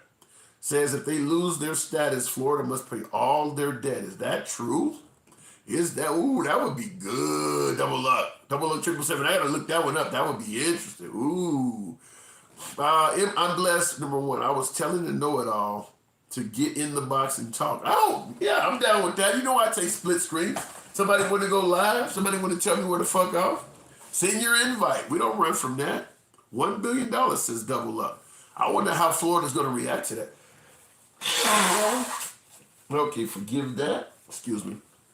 I take a lower Dow with a president who fights for social injustices than a higher Dow with social injustice. Alan White, there's nothing wrong with that, but that's why you vote. That's similar to a lot of right-wingers saying that I could go for $1.50 gas and some mean tweets. Okay, that's fine. That's how you vote.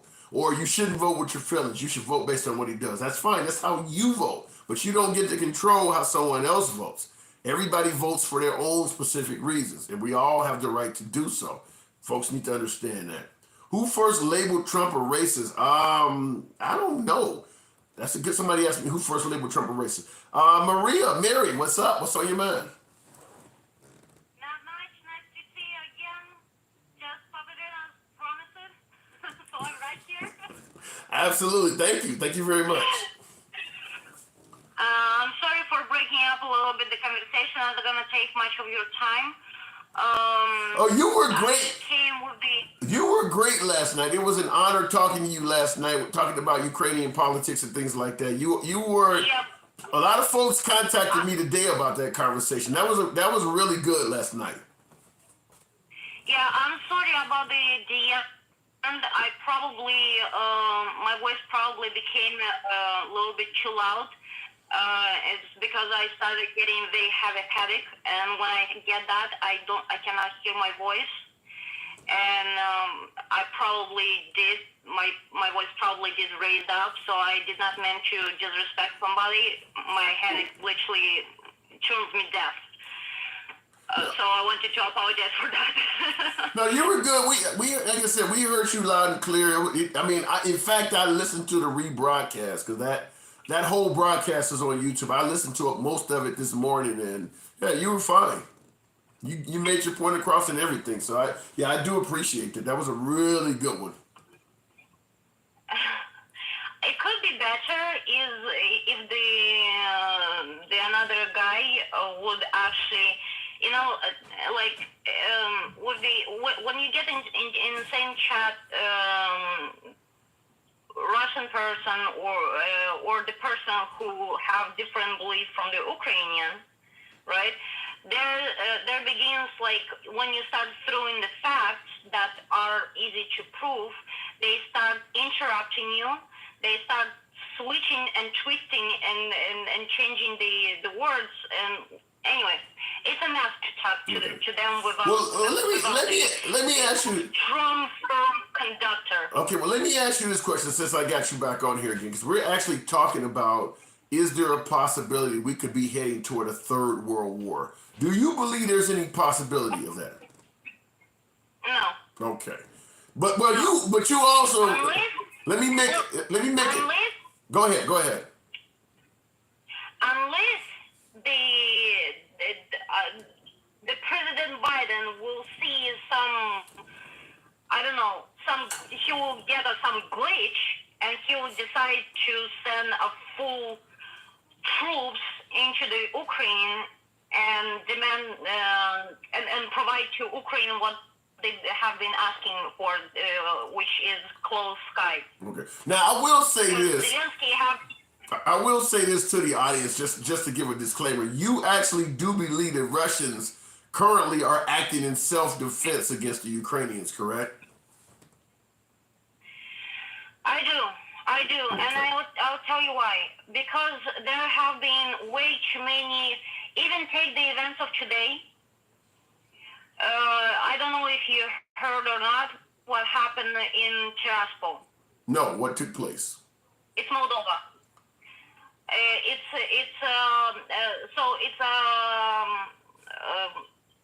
a part of Moldova that broke off from Moldova, partly broke off from Moldova in 1991.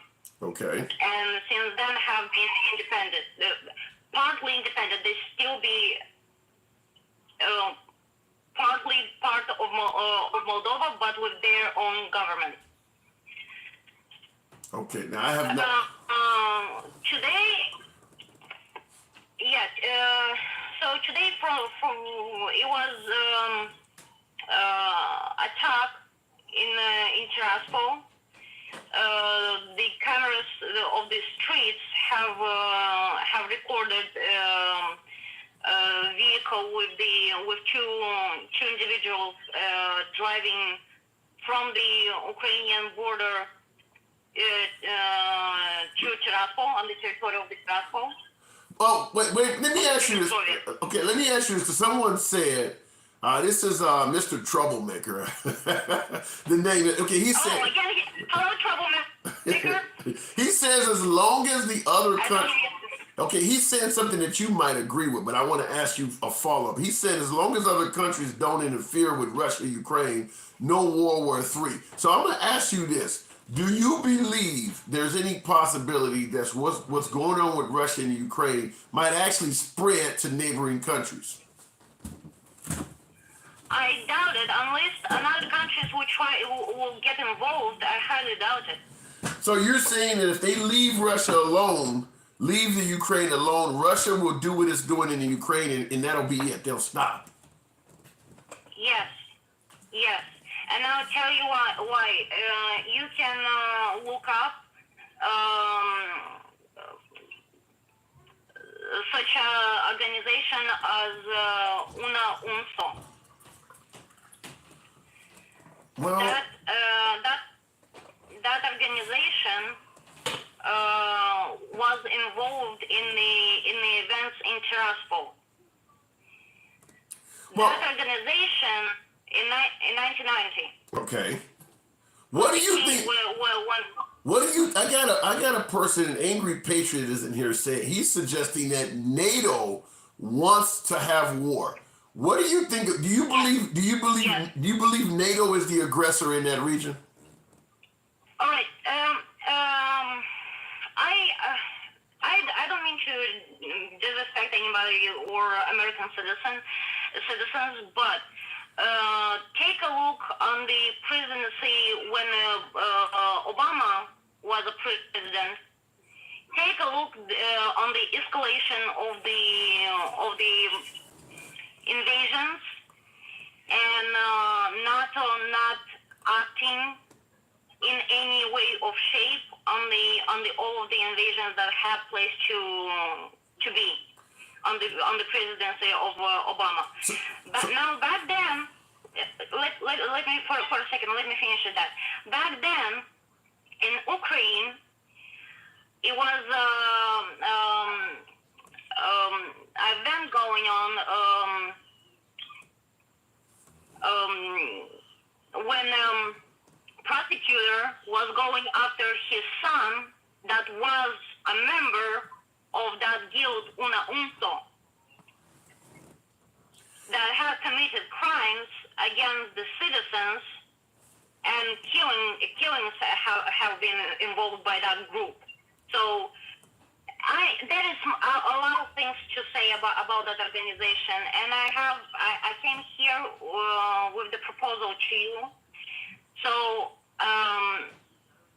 you and people who are listening you and here, if they are interested into, we can organize a stream with the people from Ukraine, from the areas of Lugansk and Donetsk, with the people from Russia that have proper education in the political field. And let me stop you real quick. I want you to listen to this. And I see you. Somebody is in here waiting to get in next. Whatever. Well, forever 11. Hang on a second. But let me ask you this, Maria. I just saw. Okay, this is what Double Up 777 said. NATO is just doing what it was designed to do. He's suggesting that NATO is just deterring Russia because Russia always says that NATO is the problem. How do you feel about that comment?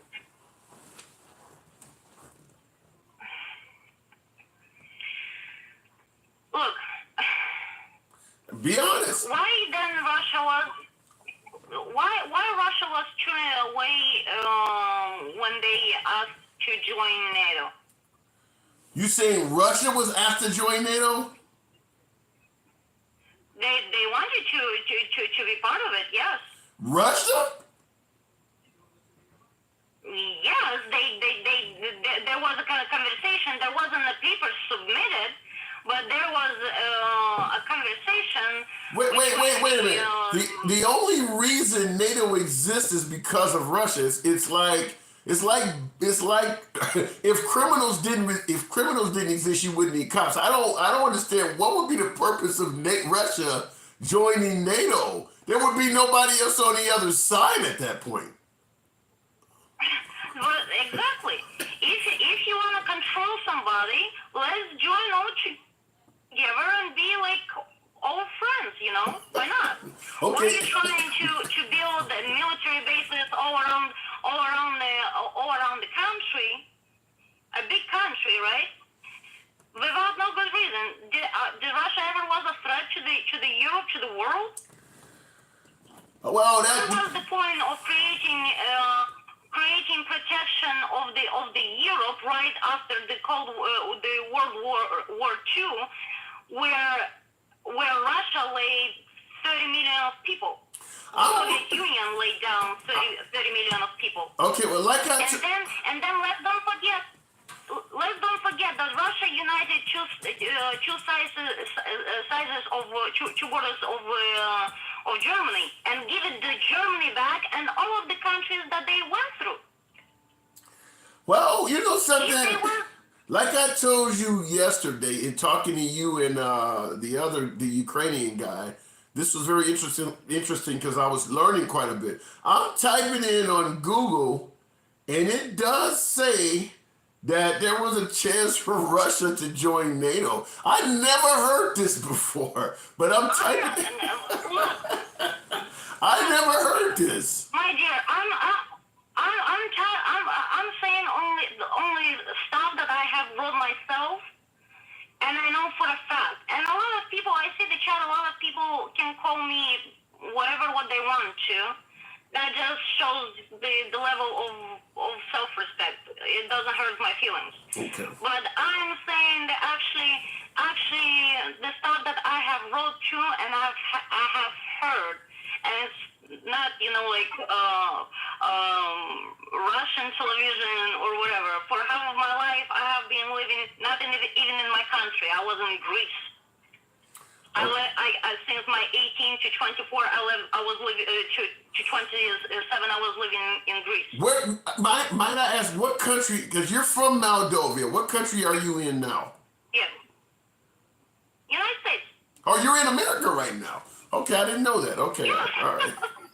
I know yesterday when the other gentleman we were talking to was actually in the Ukraine. I didn't know you were in Moldova, but I'm reading, and you're right. I'm looking on the internet, and it's clear that, and not only did Russia want to join NATO, but Vladimir Putin was the one that wanted to do it. So, wow, I've never seen this. So yeah, you've educated. Listen, I got somebody else that wants to get in, so our conversation tonight is not going to be as long. I want to bring somebody else in, so I'm gonna have to drive you for the night. But come on back anytime. Yes, absolutely. Yeah, you educate me. Thank you. Go ahead. As far as goes about the joint stream, so the people come over here and tell you the full story about the events of Ukraine and all that war, and people from Lugansk and Donetsk.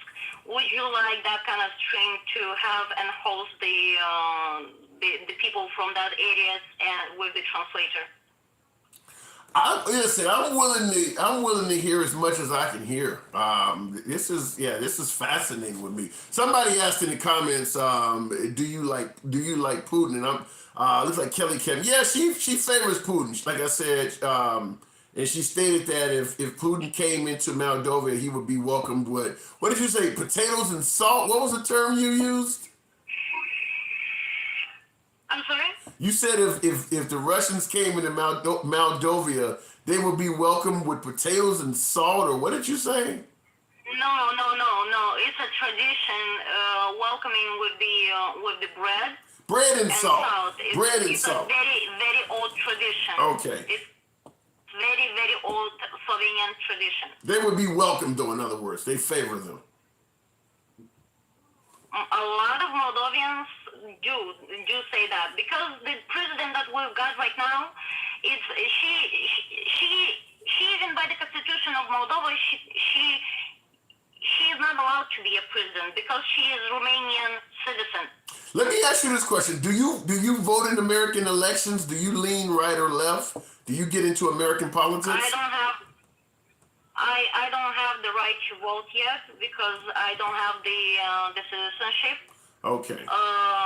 But yeah, so I'm looking what is going on. There is a lot of stuff that are worrying me as far as goes about education and stuff, because my child born here, he is American citizen, and he will be going to the school over here, and I'm really concerned about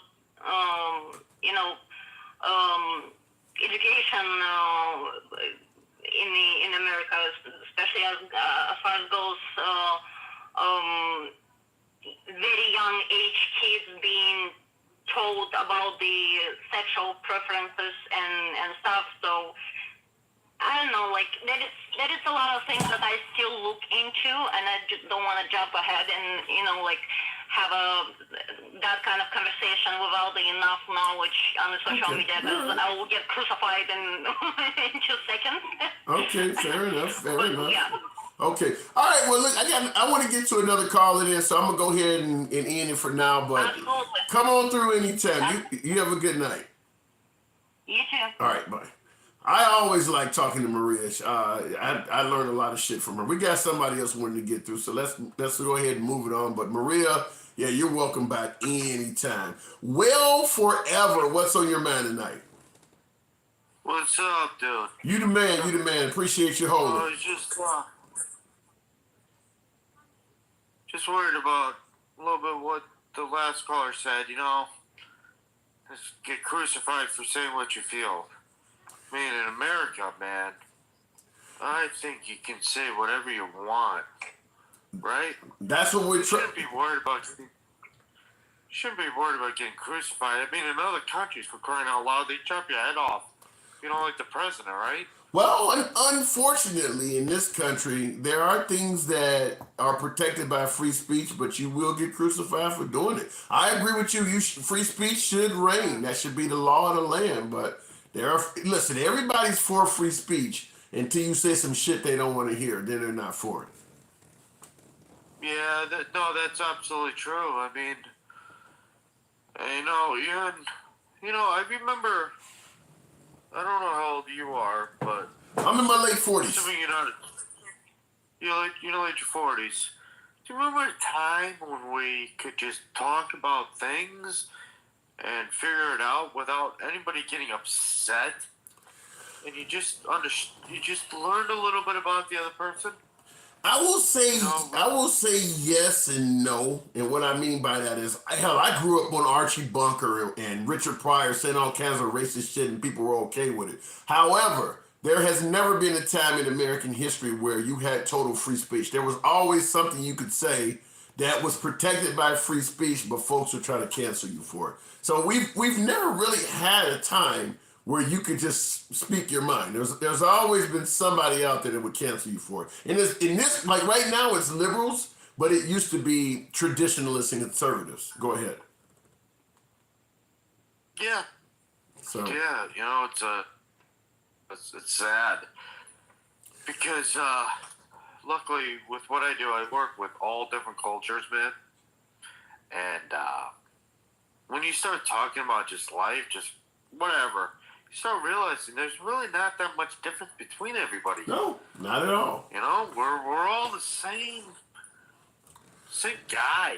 I mean, I agree with you 100%, but just like in this last past election, one thing is clear. People's feelings make all the difference. A lot of folks, you say something that doesn't agree with their feelings and they have an issue with you.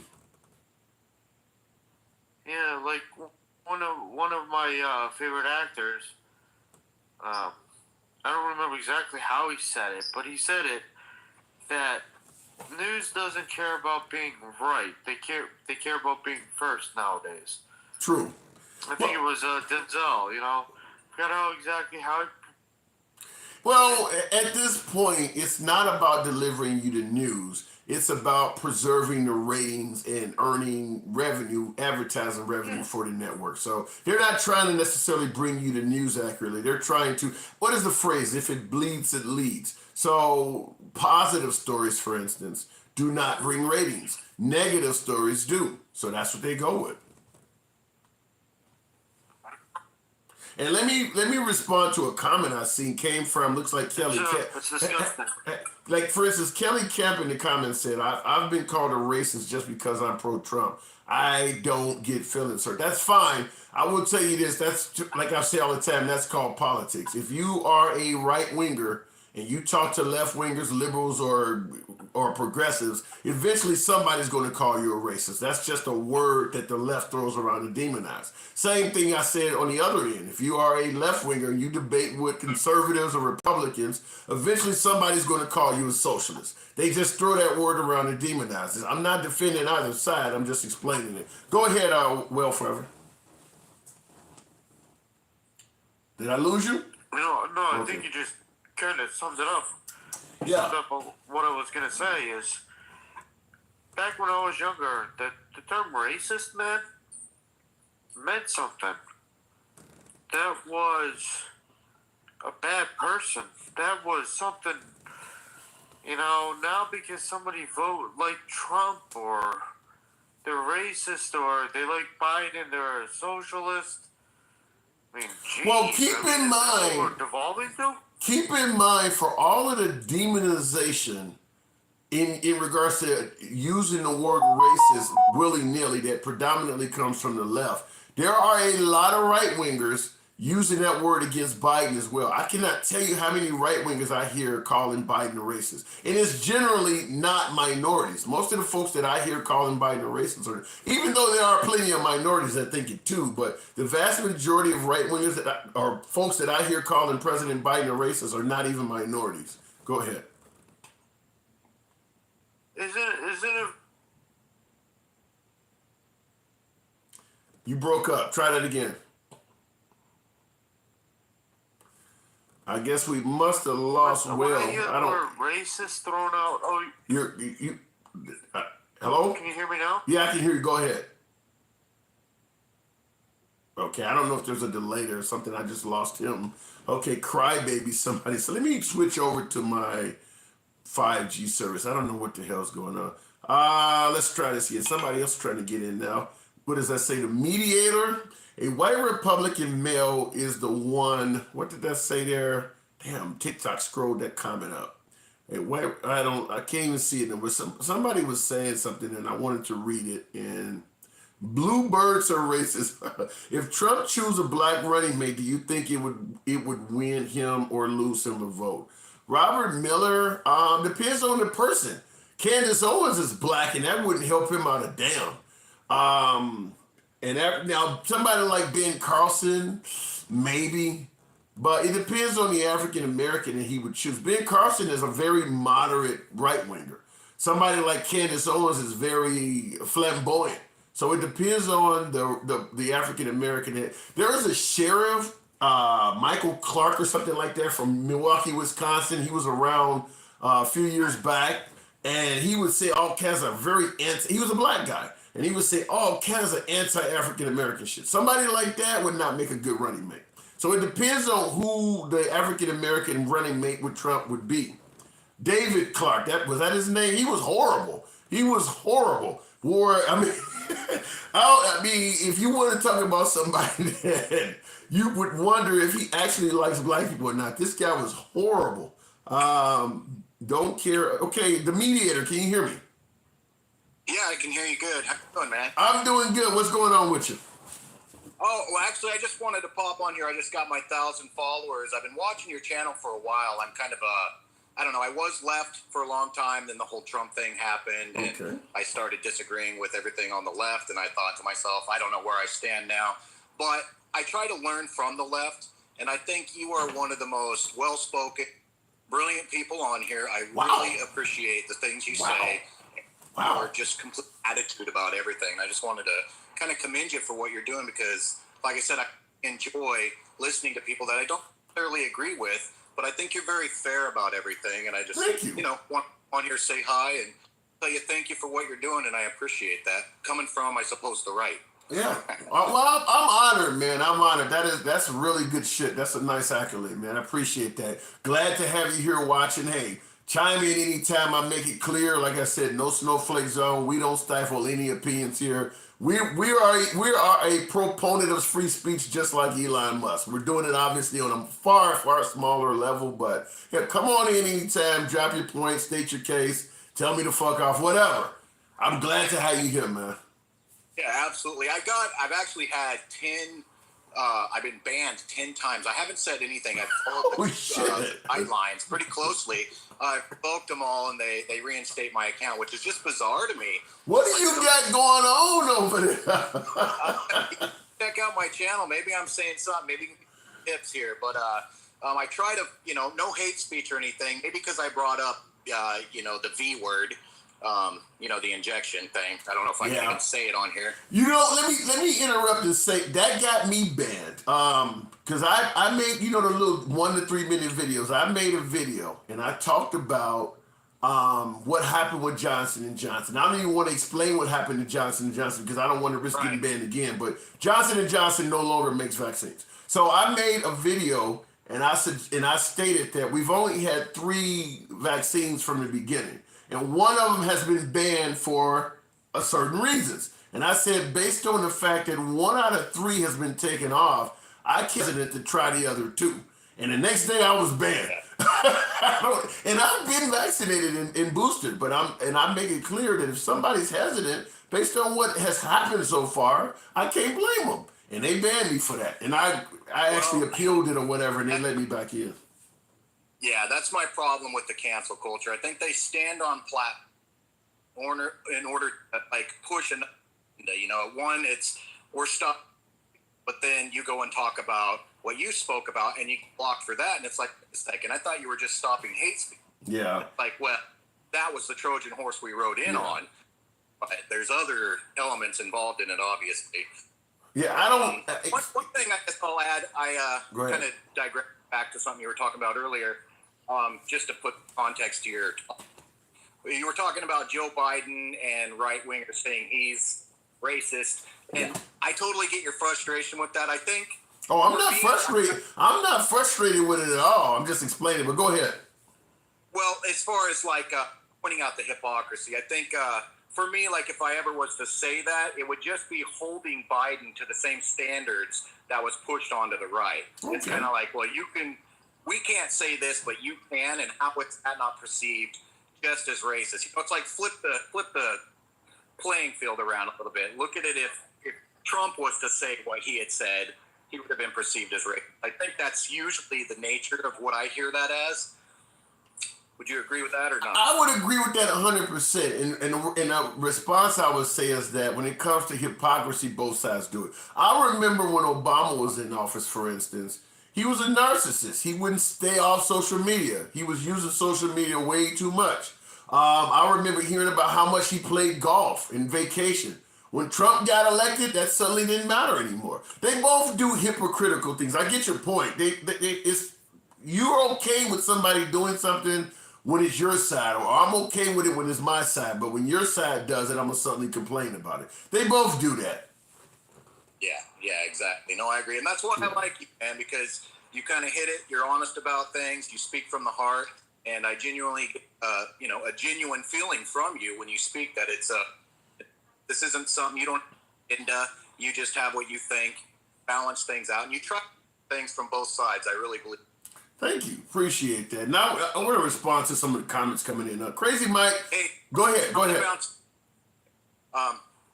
I'm going to go ahead and pop off here. Okay. So I appreciate your time. I just wanted to say hello, and like I said, I love what you're doing. Absolutely. You have a good evening. Come back anytime. Feel free to come on through anytime. You have a good night.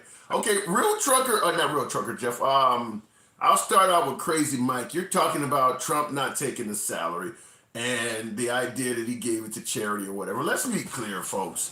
When you become president, the highest office in the land, there's so many fucking ways to make money. You can't even accept them all. The fact that Trump did not take what does a president make? $400,000, $500,000 a year or something? I think it's about $500,000 a year is the salary for a president. He was using his hotels and golf courses to have dignitaries come over to the country and use, and billing them at the highest expense. Okay, yeah, he didn't take the little measly what is $500,000 times 4? He would have made $2 million as president of the United States for those 4 years. You're gonna tell me with his daughter getting 26 fucking patents that they didn't find ways to make that money 10 times over? On the surface, yeah, it looks great that he didn't take a salary. But if you want to pretend like that man did not earn his family, because he put his whole fucking family in the White House, by the way, if you want to pretend like they were just there, and I'm not complaining about the economy and the way Trump ran the country. I think he did a good job. I think on his face, he deserved a second term. But the idea that him taking a salary makes him look all clean and get the fuck out of here. That man made a killing by being president, just like all of the ones before him. That man made a killing. He was using Air Force One and landing that shit at golf courses all over the damn country. Him not taking his salary is meaningless to me. Maybe I'm wrong. Call me cruel for it or whatever, but there are so many ways to make loot as president of the United States that, yeah, turning down $2 million ain't saying shit. Let me go up in the comments here. Presidential salary is 400,000. Okay, double up 777. So that's even less than 2 million. Now you're talking about 1.6 million bucks he would have made over 4 years. That's nothing. That's nothing compared to how much money you could make having Saudi Arabian princes and shit come over and stay at the Trump Plaza Hotel, and you're charging them what, 50,000, 100,000 a night or something crazy like that. The man made money. Period. The man profited by being president of the United States. And if he wasn't running his fucking mouth, the Trump brand would be 10 times as strong as it was before he took office. Because he ran his mouth and insulted so many people, his brand is actually worth less than it was before he took office. Because he's essentially alienated so many folks. I mean, you had rappers and things like that that would brag that they could stay at the Trump Hotel when they were in different cities. Now they won't touch it. So he actually hurt his brand by running for president. But yeah, not taking a salary means nothing to me. Feeling hurt says Mark Henson 109. He got rich as fuck, says Delmar. Yeah. Fly Eagle Fly says he got fraud. Okay. This guy will make millions in office. Angry Patriot 2. Who are you talking about? Host, you are wrong. Trump deserves a second term. I said Trump deserves a second term. I still 45. I said on the metrics, Trump deserves a second term. I've said it 100 times. Every night I say this shit. I said, but he wouldn't shut his mouth up.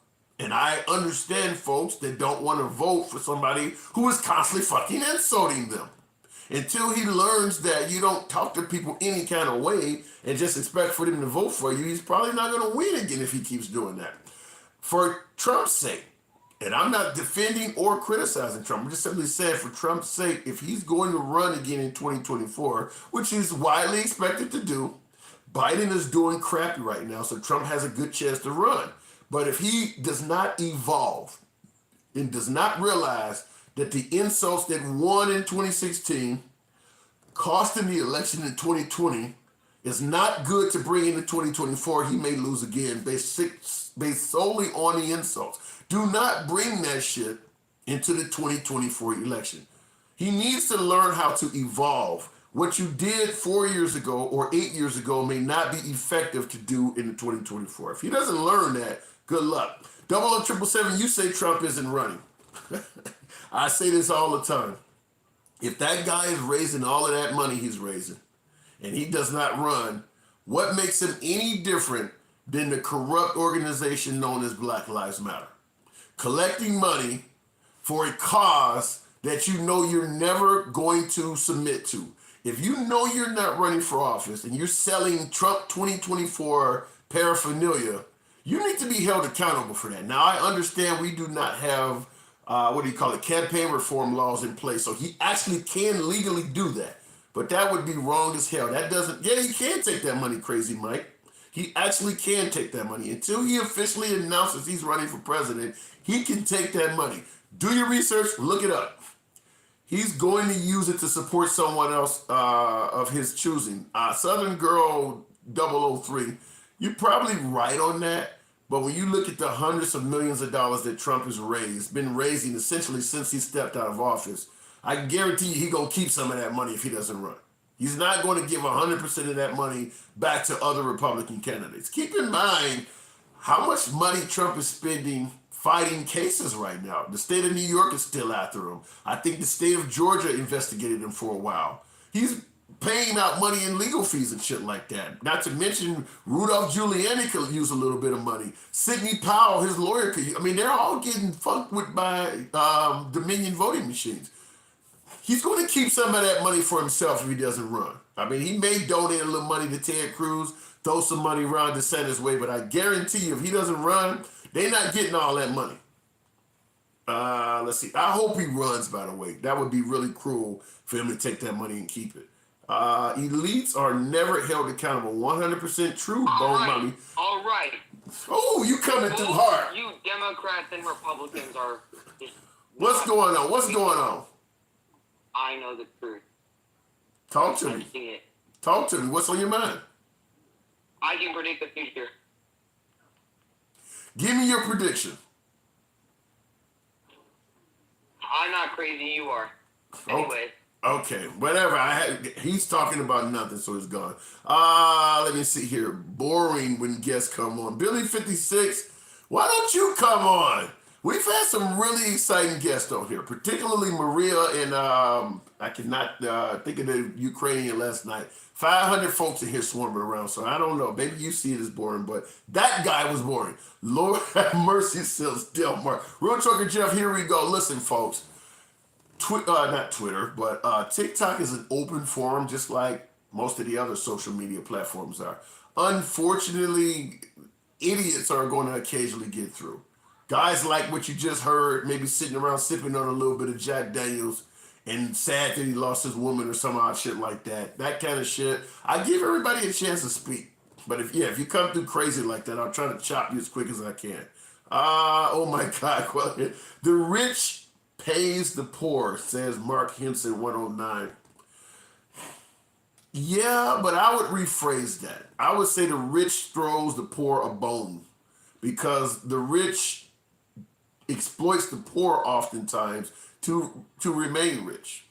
I know this audience may not agree with that, but I do believe that in a lot of cases, the rich are able to get that way by some exploitation of the poor. If you got any type of business that uses Chinese labor, Chinese factories, Chinese call centers, you're clearly exploiting the poor, up to and including circumventing U.S. labor laws. That was the whole reason of giving corporations access to all of these other countries, is to basically undermine U.S. labor laws and not have to pay American wages and American salaries. So I do believe a lot of wealthy exploit the poor. Yeah, sure you can. Force fire. Okay. I want Crazy Mike on. Crazy Mike don't want shit to do with this. Don. I love you, Don, definitely. But Crazy Mike don't want nothing to do with this shit. He ain't trying. That was Vitaly on last night, Magoro. Vitaly was good.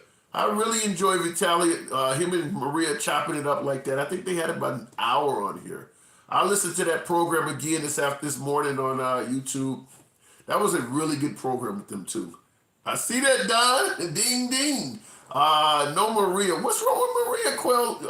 Quell. What does that say? Quell in our frequent view of the program. Thank you for that, Rose. What's wrong with Maria? I really enjoy Maria. Listen, I understand with Maria siding with the Russians. She believes that Russia is acting in self-defense by attacking Ukraine. She believes that the Ukrainians were threatening Russia, threatening the lives of Russians. She talked about the Nazis. She talked about the corruption. A lot of stuff same stuff that I hear from my favorite audience. She was talking about that. But at the end of the day, I understand that a lot of Americans don't buy that.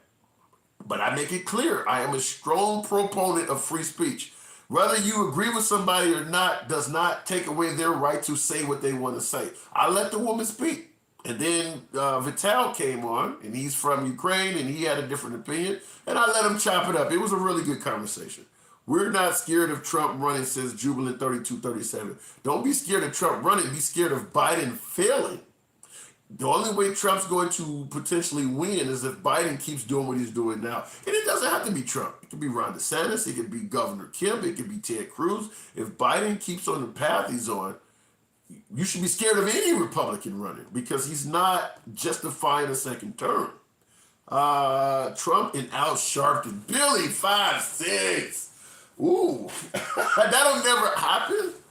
But let me say this. If Trump put Al Sharpton on the ticket, it would probably get him more African-American votes and cost him a lot of Caucasian votes. I mean, there's a lot of folks who think that Al Sharpton is a racist outright, an opportunist. As far as my concern, well, you can ask me how I feel about Al Sharpton. I'll leave it to you guys because I got a lot to say about that. Okay, I paid 6 years in the Army. Appreciate your service, 6 years. Appreciate your service, Mark Henson. Let's see here. Where is this topic going? Okay, let me go to something else I want to ask about. I wanted to ask this earlier. In regards to illegal immigrants, should we punish them? If we catch somebody entering the country illegal, currently, for the most part, we catch them, detain them, search them, or whatever. We end up sending them back across the border.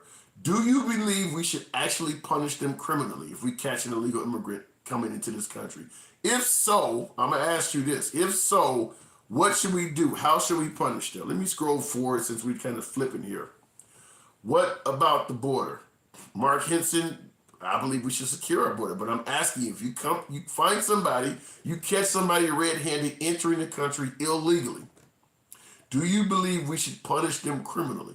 Or do you believe we should detain them and send them back to their country of origin? No, we should put them in Biden's basement. 12 to 30 million people all in one basement. Huh? Now, that's a hell of a party.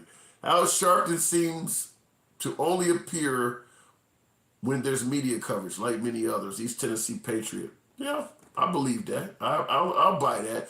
But let me say this in regards to Al Sharpton. You said Al Sharpton only appears when there's media coverage.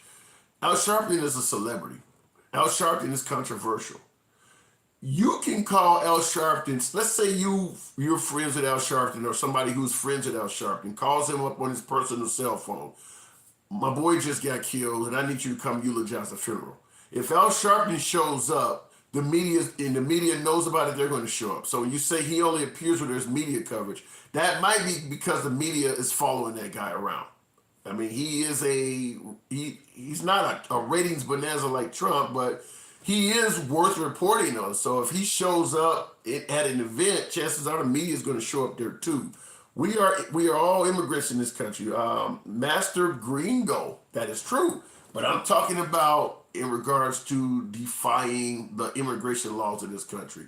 You're talking about being immigrants, stuff that dates back hundreds of years. I'm talking about modern immigration laws. If you catch somebody violating modern immigration laws, the ones that are on the books right now, should you criminally prosecute them? Bone Mommy says no. I'm neither Republican nor Democrat, so it don't scare me. I'm seasoned and I'm still here. Jubilant? Good shit.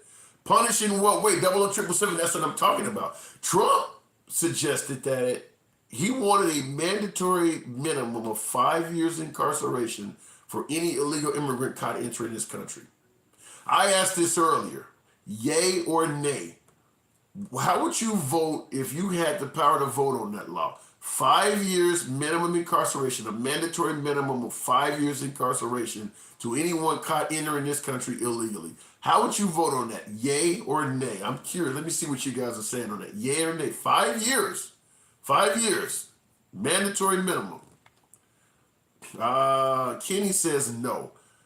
I meant prominent. Okay, Julian. Let me see. Real response is they should just do it legally. We would all have to be punished in that case.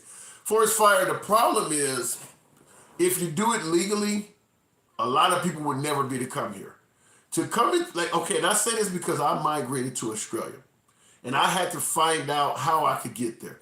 To migrate to a country, you generally have to be able to provide something of value to that country. You generally have to be between a certain age bracket. You're not going to be 75 years old migrating to a country. You're outside of any usefulness unless you're very wealthy. So you have to have something about you that makes you worthy to that country. Oftentimes, they won't even give you the authorization to migrate there at all. And you're talking about very poor people that are trying to come through the southern border from Central America. They're extremely poor, so they're not going to be able to contribute virtually anything financially. Like in my case, I opened up a business, and I got a business visa. That's how I ended up in Australia. But if you're dirt poor, what are you bringing to the country? You're literally coming to the country. You may find yourself on entitlements. So when you say come legally, for a large portion of these folks, there is no legal way to come. Not to mention coming legally, and I'll tell you what I went through. I was moving from the city of Chicago. I ended up going to Brisbane, Australia. I had to show them a background check from the city of Chicago, Cook County, which is where Chicago is in, the state of Illinois. I had to provide a state of Illinois background check. I had to have a fingerprint printout from the FBI.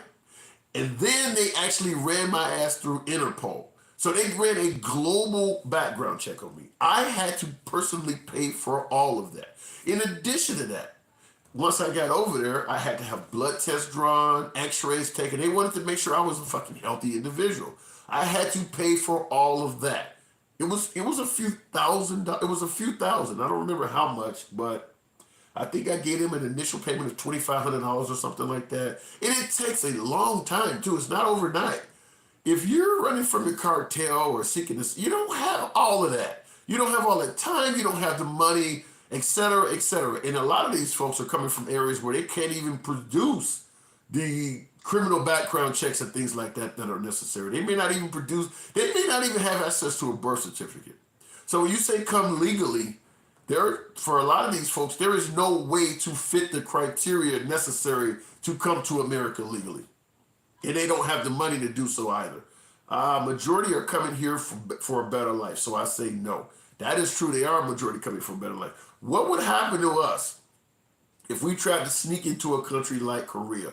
Well, first of all, Kelly Camp, you were sure to paint one of the worst fucking countries on earth. You didn't ask what would happen to somebody if they tried to sneak in France, or what would happen to an American if they tried to sneak in Canada. You wouldn't found the worst fucking country on earth to make your example.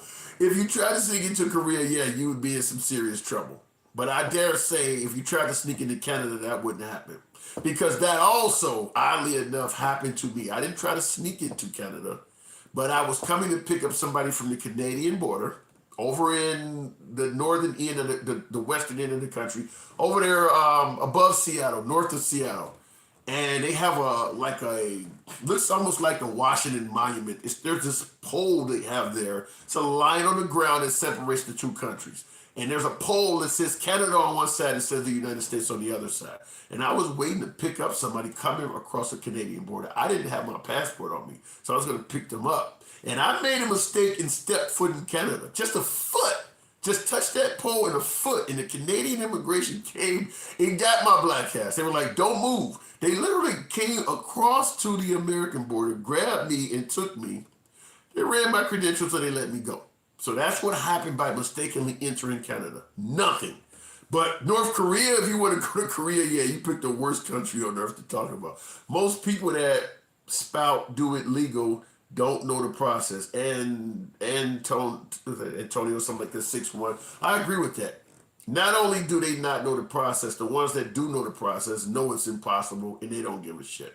And keep in mind, in addition to how difficult it is to come here legally, the Trump administration was actually making it harder. It was kind of where they were playing a sleight of hand. Look, I don't have a problem with legal immigrants.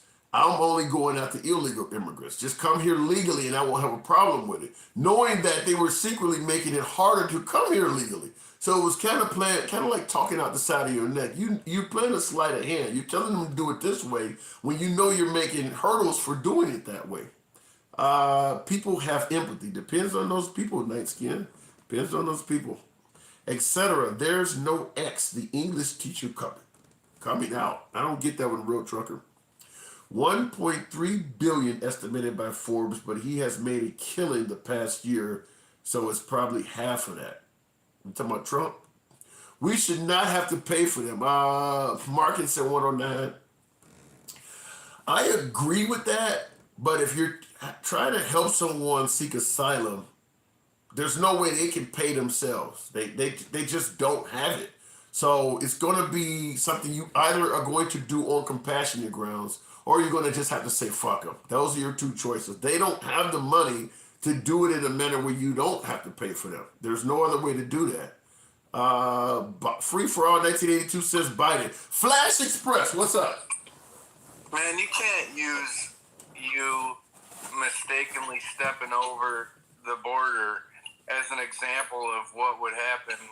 Go make a mistake and mistakenly step over the border in North Korea and see what happened. I guarantee it would be worse. Even if it was just 1 foot, I guarantee it would be worse. Yeah, but if a Mexican mistakenly set his foot over the border, you think that and he was like, dude, I was just, I didn't know. It was the same situation. I don't think that would have. I don't. That's they a good. They ain't gonna do nothing. That's a good question. I don't think what you're saying would apply in North Korea. That we have, because they have that parallel there, and they have a no man's land in North Korea, because essentially they're still at war with the South Koreans. If one of our guys, one of our soldiers, or one of the South Korean soldiers made a mistake and got that close to the North Korean border and made a mistake and stepped over. I don't think saying, oops, I made a mistake would fly. They would grab you and they would hold you if they didn't shoot you. So yeah, it's a difference. It's a difference. Yeah, you're American and you don't have a border there. Would they do that? I said even the South Koreans. If the South Koreans made a mistake and stepped into North Korea, they would have a big problem. No, I really believe that entering North Korea is going to be a whole different ball game, even by mistake, than entering Canada. Yeah, I don't know nothing about Korea. I thought you were referring to Mexico and you stepping over the border in Mexico. Okay. Not being the same as like happening on I know I'm gonna sound like I'm full of shit, but I'm gonna say even back in the 1990s, I actually mistakenly drove across the Mexican border. I had went out to California for the first time, and I wanted to drive all the way down the coast, so I drove all the way down to San Diego, and they got the big signs there where it's a picture of a family. They're warning you. It's a yellow sign with a picture of a mom holding her child and fleeing, warning you that people may be running across the highway. But anyway, I got real close to the border, and when you get close to the border, there was no way to turn around. So I had to drive into Mexico, and I didn't have a passport at this time. This was back in probably 95, 96. And I did drive into Mexico, and I told the guy, the border agent, I just want to turn around. And he immediately says, you got to get out the car. I had a rental car. I got out of the car. He went through, there was nothing in his car because my luggage was still in my hotel back in Los Angeles. And he went through the car. I had a video camera in there because I had drove through Compton and some of the neighborhoods I heard about on rap songs and shit. He went through the car and everything, and he did just let me go. So I had entered Mexico. And yeah, they just let me go. I wasn't charged with anything or nothing. He just told me that they went over my car with a fine-tooth comb though. They had the little mirror on the bottom of a stick, so they looked under the bottom for bombs and shit like that. But it was a rental car. It was completely spotless. There was nothing in that car. And they turned me around and told me I had to leave. But I didn't have a passport or anything. So I did make that mistake. Hey, but I know a couple years ago you could just walk across the border. You don't even have to have a passport. Well, right, and that's all before September 11th. Before September 11th, you could cross both borders with just a driver's license, or like you said, in some cases they would just let you over. But now the Bush administration made it so that you need passports to go on both sides, or there's a card you can get for like folks like truck drivers and things like that. But you do need some kind of special. You either need a passport or you need that card. Oh, I was told that we could just walk over there or catch a ride. Now, from Reno area and people that do the thing. You saying in 2020, in 2022, you still can just walk over the border now? I don't know about okay. But in like 2020, I know we could. Okay. Well, somebody is putting on here. I suppose you can, but you need a passport to come back into America. So you can go over there without a passport, but you can't get back into your own damn country without a passport. Wow, that's crazy.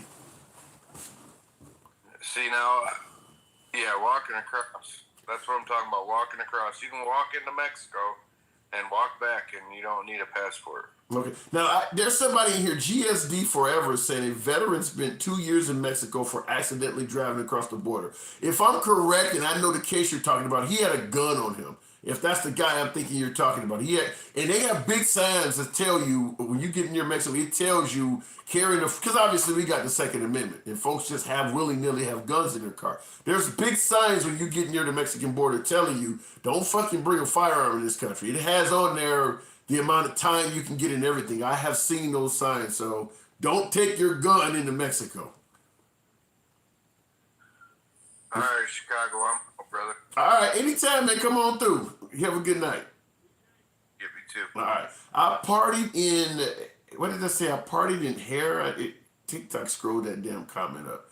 You can get back without a passport if you aren't Hispanic. Oh, Jason, EG, that sounds racist as fuck. You said you can get back into the country without a passport if you're not Hispanic. Is that I hope that's not true. I really that is what is that? Some Sheriff Joe Pio type shit? Yes, guns in car. Billy 56. Yeah, if you got a gun in the car, then that's not you just straying into Mexico by mistake. That's you in. I mean, just like okay, here in America, if you're Mexican and you come in this country, they currently, particularly under the Biden administration, they have a catch and release. If they catch you coming into the country illegally, they will detain you and send you back. But if they catch you with a pistol in your pocket or an AR slung across your back, even coming into America, they're probably not going to release you right away. So it's a whole different ballgame. You bring a gun in somebody's car. In our country, guns are totally legal. But yeah, if you come over here as an illegal immigrant, you got a gun on you, they're not going to be bragging about your Second Amendment rights. They're going to probably hold your ass. Let's see here. They give you food stamps. Marcus in 109. I actually think that is true, isn't it? That if you come over here as an illegal, they will temporarily give you some food stamps to help you eat. I don't know, folks. I get the argument that we should not have to take care of illegals and they should have to follow the law. But at the same time, being a human being, it's cruel to catch somebody, and because you don't want to give them food stamps, you're gonna just let them fucking starve. I don't know if I agree with that. Are you elected the most demented, and you elected the most demented president in history? J. John 7, you suggesting that by voting for Biden, I elected the most demented president in history. Well, next time tell your guy to shut the fuck up. Get him a t-shirt that says shut the fuck up and legislate. Maybe if your guy wasn't running his mouth so much, he would be still in the White House. And you wouldn't be talking about a demented guy. They love American money, Flash Express. Everybody does. What do you think about Biden paying off student loans? Pack rules. I got a whole lot of those. I got 3 college degrees.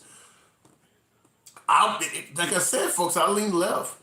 I would be in favor of providing some form of relief in regards to student loans because I strongly believe an educated country is better off. As opposed to student loans, I do believe that like pre-K, given because my child had pre-K education, and they do enter kindergarten ahead of students that did not have pre-K. Same thing with school, going to school after high school. You're going to have a slight edge. I'm not saying you need to go out and get a master's degree or something like that to be successful. A lot of folks take up trades and things like that, and they do just fine. However, an educated society tends to be better off, which is why a lot of the countries that focus on education is where we're immigrating all of our tech folks, our medical personnel. A lot of our medical personnel are coming from the Middle East or they're coming from India and places like because they focus more on education. And we're over here talking about, well, I don't want to pay for that. And so, well, you're paying for it in the form of having folks come over here and take your jobs. So I would be a fan of adding maybe another 2 years of schooling on after high school as some form of publicly paid for education. That would be my take on that. And the Hotel Juarez, let me see here. Absolutely, it's true. California food stamps, medical and cash. I don't think it's just California, Kelly Kemp. I think that an illegal immigrant in any state, we know they can get medical care. I don't care if you're in Alabama or some of these southern states that have very little tolerance for illegal immigrants. If you happen to be an illegal immigrant secretly working in Alabama or secretly working in Florida somewhere and you get injured and you go to the hospital, they got to give you medical care. I mean, every state takes care of illegal immigrants, just depends on to what level. It's not American, it's not America, it's the United States. I don't get that one, Master Gringo. Let me scroll for a little bit. I need my zero turn more. I need my zero turn more debt drop. I get what you're trying to be sarcastic. If you're going to pay for student loans, then, well, shit, pay for my foot massages. I get what you're saying, but I strongly believe that at the end of the day, there are going to eventually be enough voters that this will happen in the future. Maybe not under the Biden administration. I strongly believe a lot of progressive policies, whether you like them or not, I don't like all of them. This teaching LGBT issues to second graders, I'm not a huge fan of that. But I do believe a lot of the LGBT desired policies will eventually be the future. just like gay marriage eventually became the future. I do believe that our country, it evolves. So folks who want to keep it traditionalist, like the founding fathers, they're going to be at a disadvantage. I don't think the Second Amendment rights are going anywhere. That's a traditional founding fathers event. But a lot of this other stuff that they push against, CRT, for instance, critical race theory, I do believe eventually you're going to have more of that. I'm not saying you should like it or agree. I'm just telling you, I do believe some of these things that are being fought against are going to put you on the wrong side of history. Tell me where I'm wrong. I'm fine with that, but I do believe that. For instance, I'm not a fan of LGBT members being able to play on their own, whatever team they want to play on. I don't think that somebody born like myself, I'm 6'6", 300 pounds. I shouldn't be able to go on a girls, put on some lipstick and play with the girls and dominate the shit out of them. I'm not a fan of that. But the idea of LGBT members using the restroom of their choice, I believe that's part of the future. Because in my opinion, it's harmless. If I'm in a bathroom and some chick dressed as a dude walks in there, it doesn't affect me at all. And vice versa. If you're a female and you're in the bathroom and some dude dressed as a chick, it's actually harmless to you. The problem why we have so much resistance to it is because a lot of folks confuse the LGBT community with child predators. They automatically assume being a member of LGBT means you cannot control yourself. Same argument for guys used to say, well, I don't want a gay guy in the locker room with me because he's going to be trying to mess. They're not like that. They have picks and chooses as well. They don't. A gay dude doesn't find every single dude attractive. So we confuse them with predators, which is why you have these arguments. But I do strongly believe that them walking in the restroom of their choice is probably going to be part of our future, whether we agree with it or not. Men and women use the same restroom in Europe. Ben-Hur, is that true? I did not know that. But there are plenty of places that are co-ed, so yeah, it wouldn't surprise me. They're on the wrong side of history. Crazy Mike. Okay. You mean minor attracted person. Okay, not sure. I like your way. Your way of saying it is really safe by social media standpoint. But that has always been the way it is that the folks who have not been in favor of the LGBT community have always viewed them as if they're going to be some kind of predator. And that's just not the case.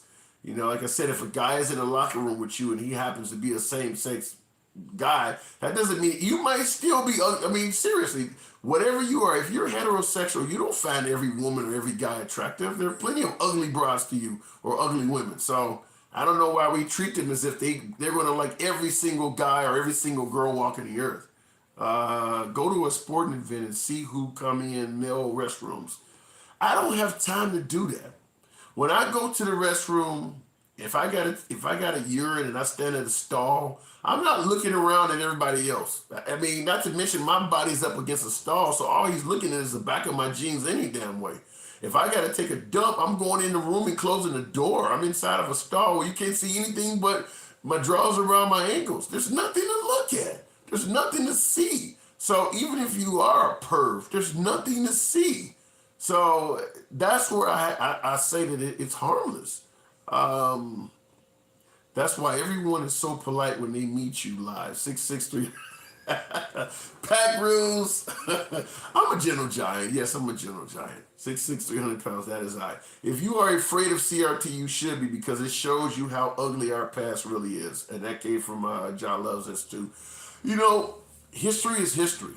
I mean, really, now where I have an issue with, if you want to say that, and this is what my feelings on CRT, before I can criticize it or speak in favor of it, I have to know what the hell it is.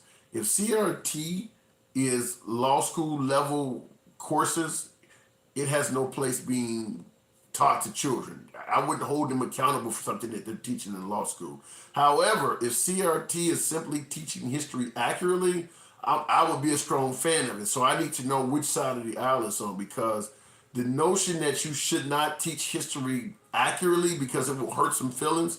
Well, shit, where are my MAGA folks at? Where are my no snowflake people at? All of a sudden, teaching history brings out snowflakes. What kind of shit is that? Can you imagine a Muslim in class? Let's say a Muslim goes to an American school. He's the only Muslim in class. And suddenly his class the teacher starts teaching about 9/11.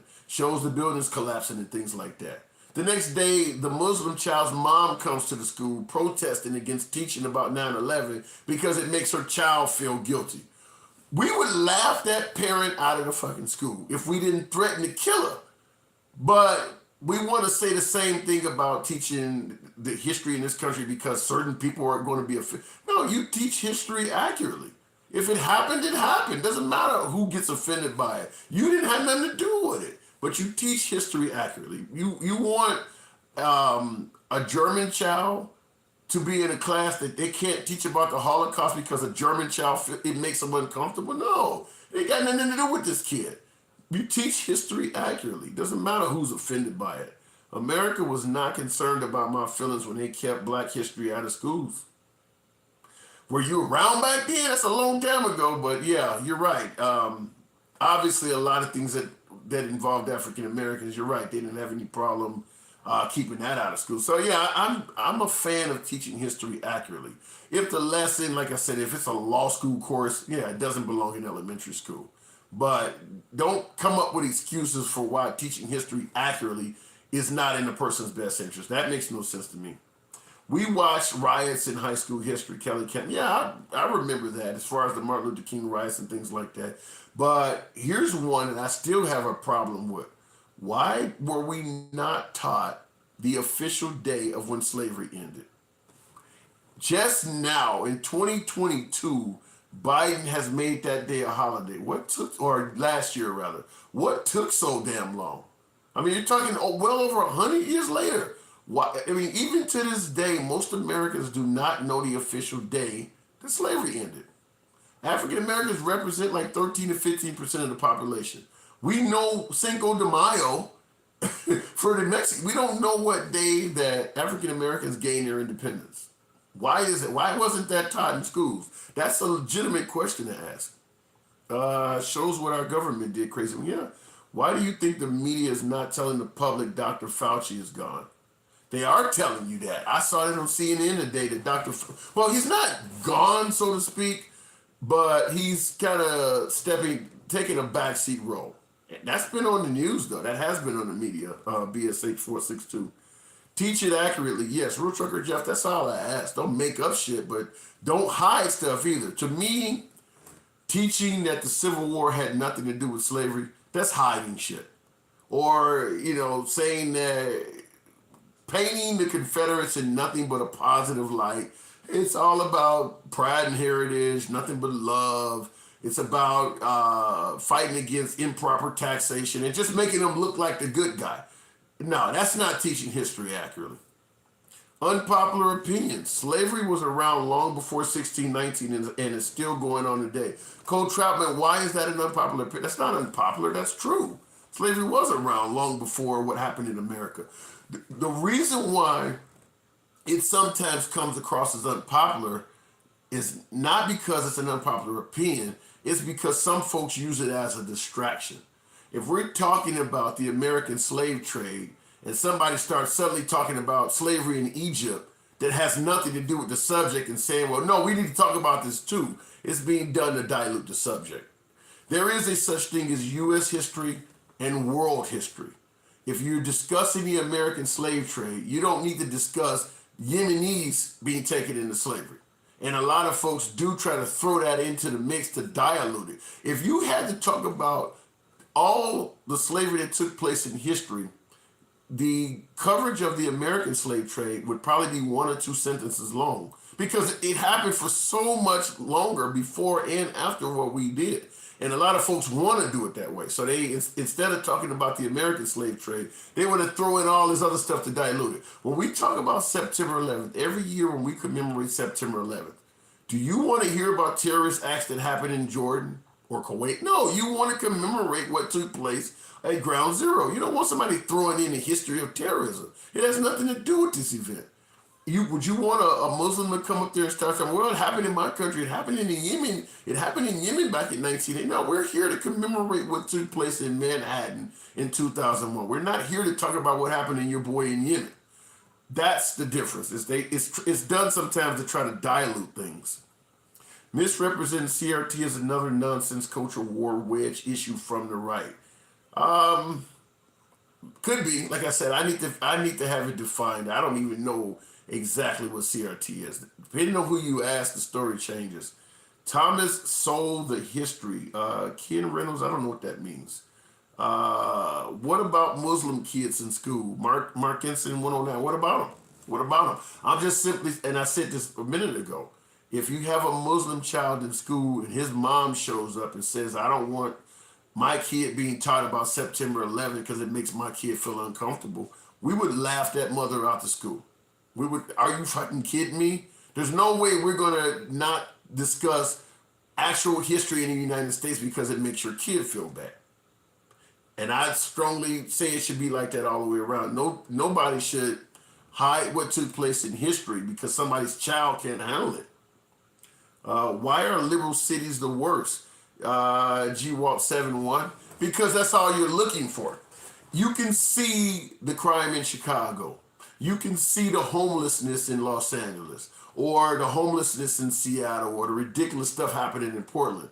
But when it comes to the poverty in West Virginia, you suddenly go blind. When it comes to the dirt poverty in Alabama, the conversation stops. It's not liberal cities. Shit is happening everywhere. It just depends on where you're at, what's going on. There are when you look at the most impoverished countries, or states rather, the most impoverished areas in America, it's actually not liberal areas, it's Republican areas. Crime happens more in Democratic areas. Poverty happens more in right-wing areas. So when you listen to the right, they don't talk about poverty, they talk about crime. Because if they mention poverty, then all of their areas would pop up. I mean, I think West Virginia is one of the poorest poorest states in the country. And it is blood red.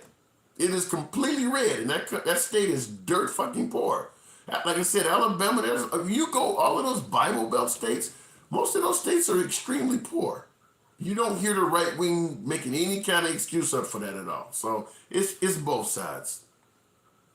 8 out of 10 of the most violent states are red. Look it up and report back to the class. Magoro 369, I am aware of that. The difference is the type of violence. I mean, there's a lot of spin in trying to make the liberal cities look bad. Because when you look at overall crime, yeah, it starts to look different. But if you just look at, like, say, gang violence or the usage of firearms, then yeah, you start singling out liberals. But it depends on how you spin it. Good point. Double up. Crime actually happens in populated areas. That is right. Double up 777. And poverty generally happens in rural areas. Alabama is a red state.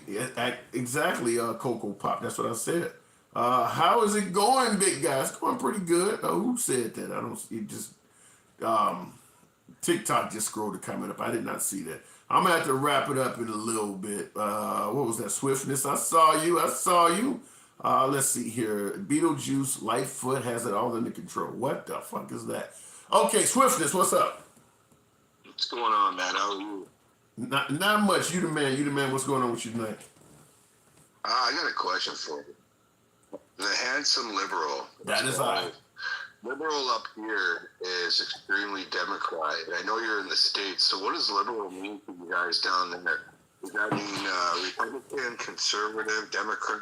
What does liberal mean for you down there? What party would you fall under, blue or red? Liberal is left. Liberal tends to mean progressive. Generally, if you're on the right, a conservative, you tend to want traditionalism. You look at the way the country was founded, the way things were when the country was adopted, and you want to kind of keep it that way, to keep the country solid that way. Liberalism tends to push the envelope. They tend to say, they tend to promote evolution, evolving, accepting things that may have not been cool back in the day, making changes. So liberalism that's why they call it progressive. Liberals tend to progress the country, maybe some ways good, maybe some ways bad, but they progress the country in different ways. The right wants you look at what the way the founding fathers wrote the Constitution, for the most part, right-wingers want to keep that the way it is. They're what they call traditionalists. They want the country maintained in a traditional manner. Go ahead. So you're democratically blue then? I lean blue. Yes, I can see issues on both sides, but I do lean more towards that direction. Yes. Cool. Yeah, nothing wrong with your opinions at all, man. Nothing wrong. And the fact that you're so neutral with all of us that come on here is absolutely cool because you know what? The handsome liberal, I couldn't even tell from the way your disposition is what side was I really asked you, which is kind of nice. Okay, well, I appreciate that. You're a little bit muffled, but I can hear you. I do appreciate that. Like I said, I don't lean way. I'm not a far left individual. Like for instance, far left would mean legalizing all drugs, that type of shit. I'm not that far left. Late term abortion would be far left. Shit. There's a host of basically no punishments for crimes at all. Just let every fucking body out of jail. That would be far left. Whereas on the right, far right would mean get caught stealing, they chop off your whole fucking hand. I mean, so you can be on both sides. I don't believe in the far right or the far left. The far right believes in extremely tough punishments for crimes, for instance. Everybody gets locked up forever. The left, you barely get punished at all on the left, and on the right, they damn near want to hang your ass. So I'm in the middle of that. I'm not way over here. I'm not way over here. I tend to be in the middle, but I lean left a little bit. So if I'm correct, there's only basically two parties down in the States, Republican or Democrat, blue or red, right? No, there are other parties, but unfortunately our system is money operated, money oriented, and if you do not have, because when you're running for president or you're running for a major campaign, to get your message out, you generally need to post television ads, billboard signs, radio commercials, internet, all that stuff costs money. So if you don't have a lot of money behind you, it's very difficult to run as anything other than a left or a right, because that's where all of the donors go. That's where they put all their money at. The folks that want to run other parties, they usually have to fund their own campaign, and even then, it's rarely successful. Did I lose you? I think I just lost that gentleman. Okay, let's see if somebody else is going out. I'm gonna wrap it up soon, but let's see who this is. P-Star132, your background is real noisy. Can you hear me? There was some kind of feedback. Okay, I got you now. What's up? Hey, can you hear me now? Loud and clear, like Verizon. I got some kind of feedback, I think, or like a background. Are we good? Yeah, I can hear you very well over here. Okay, yeah, I think it cleared up. I don't know, I just saw you were talking about independents, and it's hard for them to run, and you're right about that. And one of the things I just wanted to say about that is that one of the reasons why it's difficult is because of the fact that there's actually all these ballot access laws which are written to be really discriminatory, where they basically say that based on your performance in the elections, like performance in the presidential, I am aware that's of what that. lets you decide whether you're on the ballot. And if you're not on the ballot automatically, you got to spend millions and millions and millions. Yeah. So, one thing that I think is all you got to do in most states is get 5% in the presidential election of the popular vote, right? So here's the thing. Let's say that I live in California, right? Okay. There is no chance, zero, that California does not go blue. Right? True. Yes, true. So, my vote, blue, red. Wait a minute. Let me stop you. I want to say true, but remember, it hasn't been long since Arnold Schwarzenegger was governor in California, and he was a Republican. So it's I'm talking possible. about for the presidential election. Oh, okay, fair enough. All right, okay. Because we have the Electoral College, right? Right. So as long as California gets over 51%, then all of the electors, they have a first past the post, winner takes all elector allocation. So as long as 51% that goes in California, then California will go blue. Like, I would bet $10,000 that in the next election, California will go blue. I would bet $50,000 that California will go blue for the next 12 elections in a row. Like, it's easy, right? Right. So because of that, and the same thing is true with Oklahoma. Someone said in the chat, that's true. Right. Your vote does not matter in Oklahoma. There is zero chance Oklahoma or Alabama is gonna go blue. You know, like it's zero. Right. So here's the thing: if you do not live in a swing state, your vote is completely irrelevant. I don't agree with that. Now, hear me out. The reason why I say this is important is because if you vote instead for a third party, like the Libertarian Party, now people are like, well, they're not going to win. Maybe not.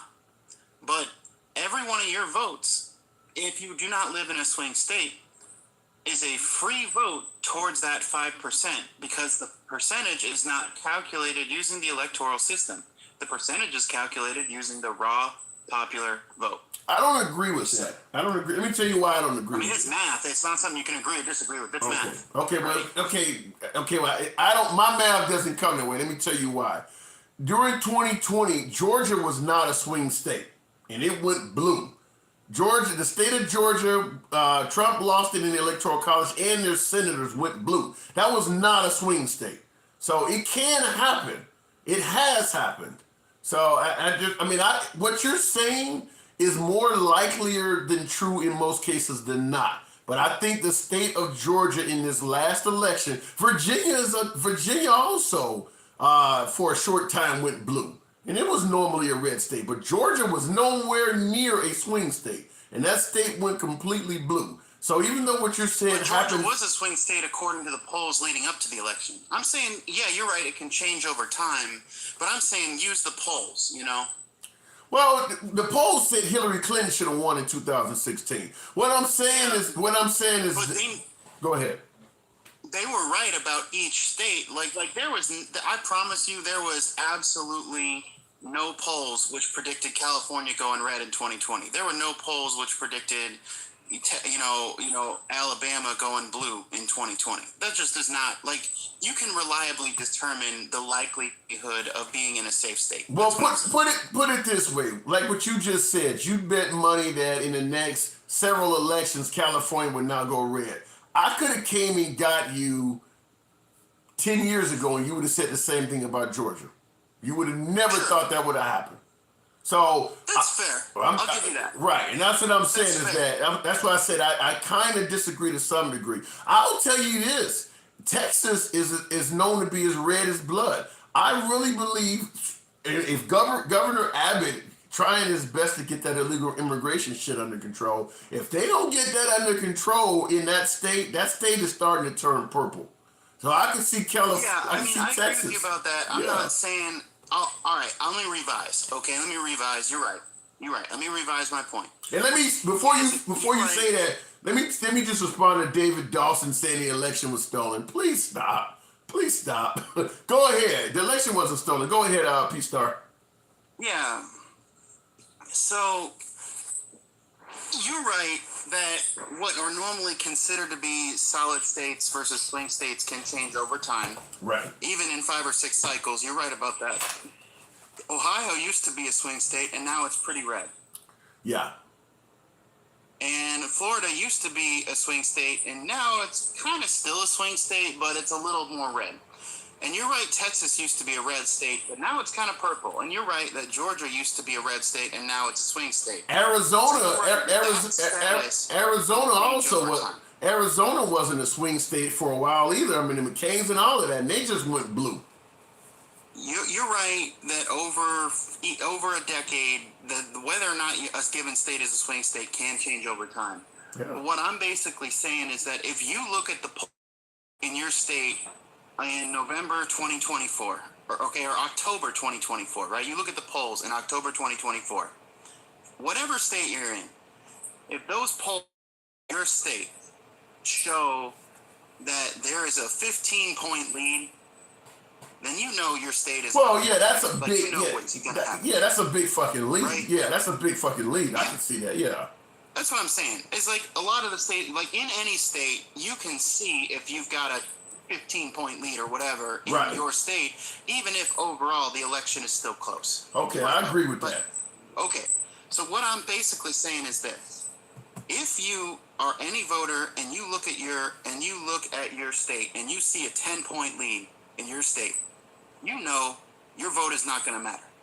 If it's 2 weeks to the election and there's a 10-point lead, you are not going to change that lead. Your vote is worthless. Well, That's the electoral college. I agree, but here's the issue, and this is what in regards to like the gentleman here talking about the state was the election was stolen or whatever. I agree with you about that though. Yeah, but I'm gonna tie it into what you just said.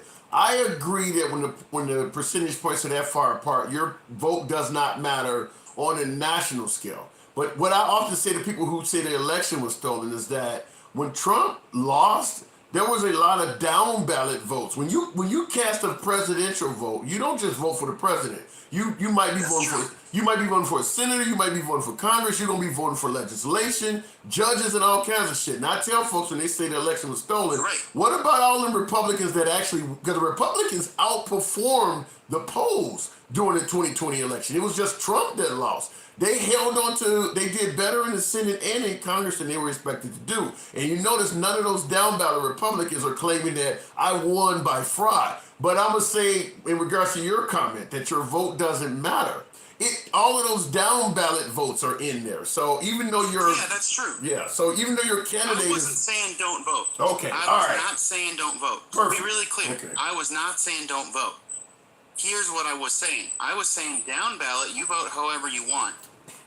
But for the presidential election, if there's a 10-point lead, then instead you should vote for the Libertarian candidate because that'll help with, that does count towards the 5%. And the 5% would make 100 times multiplier on the amount of funds that are available next time for libertarians. Okay. And that could change the two-party system. Okay. That's what I'm saying. Maybe. If your vote doesn't matter, you might as well throw it away towards trying to get 5% so you can override the two-party system, right? Fair and oh my God, Mark Henson said, "I want to vote for your mama." Folks spoke some crazy shit. I hear what you said. I'm just reading some comments. And by the way, 2,000 Mules apparently coming on May 2nd. I will be trying to look for that forest fire. But yeah, you're right. When the polls are that far apart for the top ballot, the top of the ticket, the national race, you're right. It's not going to make a lot of difference. But you don't want too many people looking at the fact that their candidate is going to win by 10 votes or lose by 10 votes and saying my vote don't matter. Because if you don't vote, it will start to matter. Just like in Hillary Clinton's case. She thought Wisconsin was... Yeah, but do you see my point? Because my Absolutely, point is yeah. basically trying to say that, over getting the ballot access and getting the money that comes from having that 5%, that really could change our whole political system. That could have a real chance of changing elections at the local level and the national level for having independent candidates, because that could change ballot access laws. And, and so I'm saying, if you actually care about any of that stuff, if you care about how bad the two-party system is, if you want more options, if you're in a state where your presidential vote won't matter anyway, then a vote for the Libertarian candidate in that state is going to help with that. Yeah, I agree. In 2016, Gary Johnson had 4.5%. If 1 in 20 Democrats in California had voted for Gary Johnson in 2016, then the 2016 election would have turned out exactly the same, because California's electoral vote still would have went to California. Yeah. But Gary Johnson would have had 5.1% by population, and that would have meant that in 2020 there would have been a fully funded, fully ballot access independent candidate with $300 million in the bank, ready to take on Biden and Trump. Okay. And that, of course, did not happen, but it could have. And I think that's frustrating. Well, Bernie Sanders can tell you the same thing, where he got kind of skimmed out on in a very similar manner, because Hillary Clinton took the DNC's money and things like that, and he was a very strong candidate that just unfortunately was not a Democrat. So he is kind of on the same end of that scale. Listen, I got somebody else I want to kind of get in real quick. Go ahead. Absolutely, anytime, come on back through. But yeah, I do agree with what you said at the end there. I do agree with that. Okay. All right, you have a good one. All right, let me see who that was. Let's see what's going on. Better spend your time making sure every American gets a chance to vote. I hope that goes that way. Calibrated King, talk to me. Hey, how you doing this evening, my brother? I'm doing good indeed. Thanks for holding on. What's up? not going to take too much time. I don't get into a lot of politics, brother, but I do follow you. I think you're a good brother. I think you're just trying to give everybody truth. Appreciate that. Thank you. This weekend, okay, April 30th, something big is about to happen for everybody, okay? Everybody's been really waiting for this to happen. April 30th, what's going on? We're going to be in Washington, D.C., okay?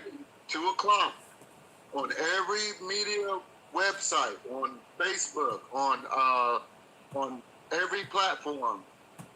The Christ, okay, the Messiah is going to speak to the world. Who is the Messiah? The only one Messiah, the only one true Messiah. When I say these things, I'm a representative of truth. I'm not the truth, right? So I'm a descendant from the house of David. Okay. Who do we know? Who, for a guy like myself that's not very religious, how would I know who the Messiah is? Tell me. You're not talking about. You're not talking about the Minister Louis Farrakhan, are you? Who are you talking about? No, well, so I won't get into a lot of scripture. Like you said, you don't know a lot of scripture like that. But you believe, sir, you believe in the Creator. You believe in His Son, that He's going to return one day. Well, He's not going to return out of the sky, right? And if you see my picture, right, my profile picture, I see that. That's an ancient picture. That's a picture of Christ. That's the original picture of Christ, y'all. Okay? So once again, He looks like me and you, brother. Okay. And I claim that I walk with Christ. I'm a witness. I'm a descendant. Okay. I'm one of the people that scriptures talk about. That we are awakening now, all of us. Okay, I just want to say, let me just say, Forest Fire. I'm listening to you, my brother. Forest Fire, that comment was hilarious, but I'm listening to you. You saying the Messiah is going to speak April 30th in D.C. Yes, sir. In Washington, D.C., 2 o'clock. Okay. So everybody can see what we're talking about. I have not heard about this. At the end of days, Christ was going to show up. Okay, the real Christ. Okay, not the Antichrist. We claim the real Christ. Okay, we are the witnesses, the true witnesses, and we walk with Christ. We claim this. Are you talking about Handel's Messiah? No, we're talking about the one and only Messiah. Okay. Once again, He's going to talk to everyone so we can get clarification. Who is the real Messiah, y'all? Okay. All right. So there's history, real true history to this, right? Okay, well, somebody said, is the Messiah going to speak at a podium or like on a street corner? No, He's going to speak at a podium. Okay. He's going to speak at a restaurant in Washington, D.C., just right down the street from the State House. Okay, there's going to be a lot of people there, right? And we're going to be there, His witnesses, okay? So He can speak to everyone that wants to hear from Him, okay? So, once again, everyone knows this. Well, let me respond to somebody, and I'm going to run this by you, my brother. Modern Colonizer, he's a frequent viewer of the program. He said, y'all been saying this for my entire lifetime. He coming next year. Stop fornicating now. Why is that? And I have to agree with him that I've been told my entire lifetime that we're living in the last days. They've been telling me that since I was a kid. When does a time period for the last days actually culminate? I mean, I don't want to be in the last days for 1,000 years. Like, how big is the last days? Roger that, sir. So once again, let me introduce myself real quick so I can actually answer your question. My name is Daniel, okay? I'm a retired vet, 20 years, okay? I've served my country, right? I'm 50 years old, y'all, okay? I'm not just a regular person off the street. Okay. So when I say these things, you're talking about the end of days, right? And this is scripture. This is written. Right? All right. So when we talk about these things, we talk about our generation. Look at everything that's going around us, y'all. Look at all the death. Look at all the evil.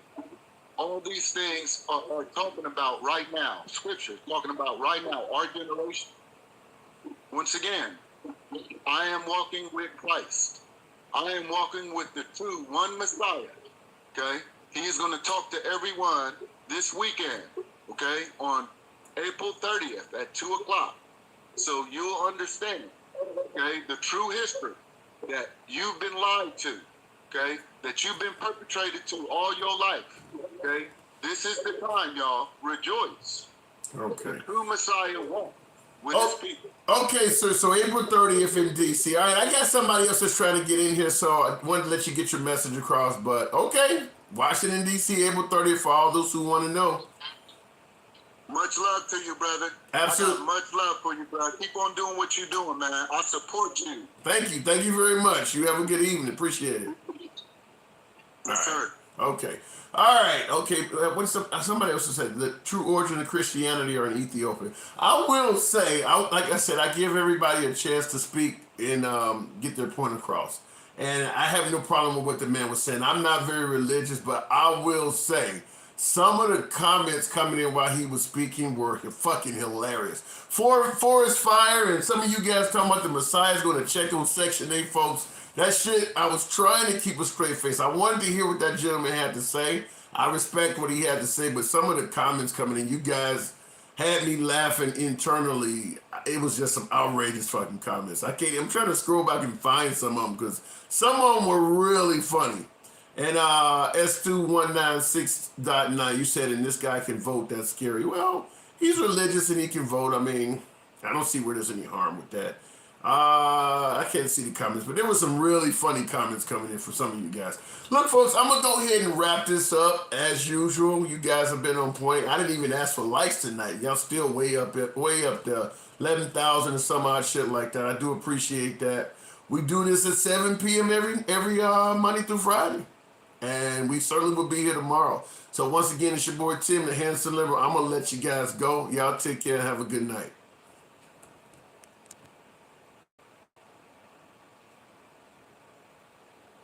If I can get you to have a good night.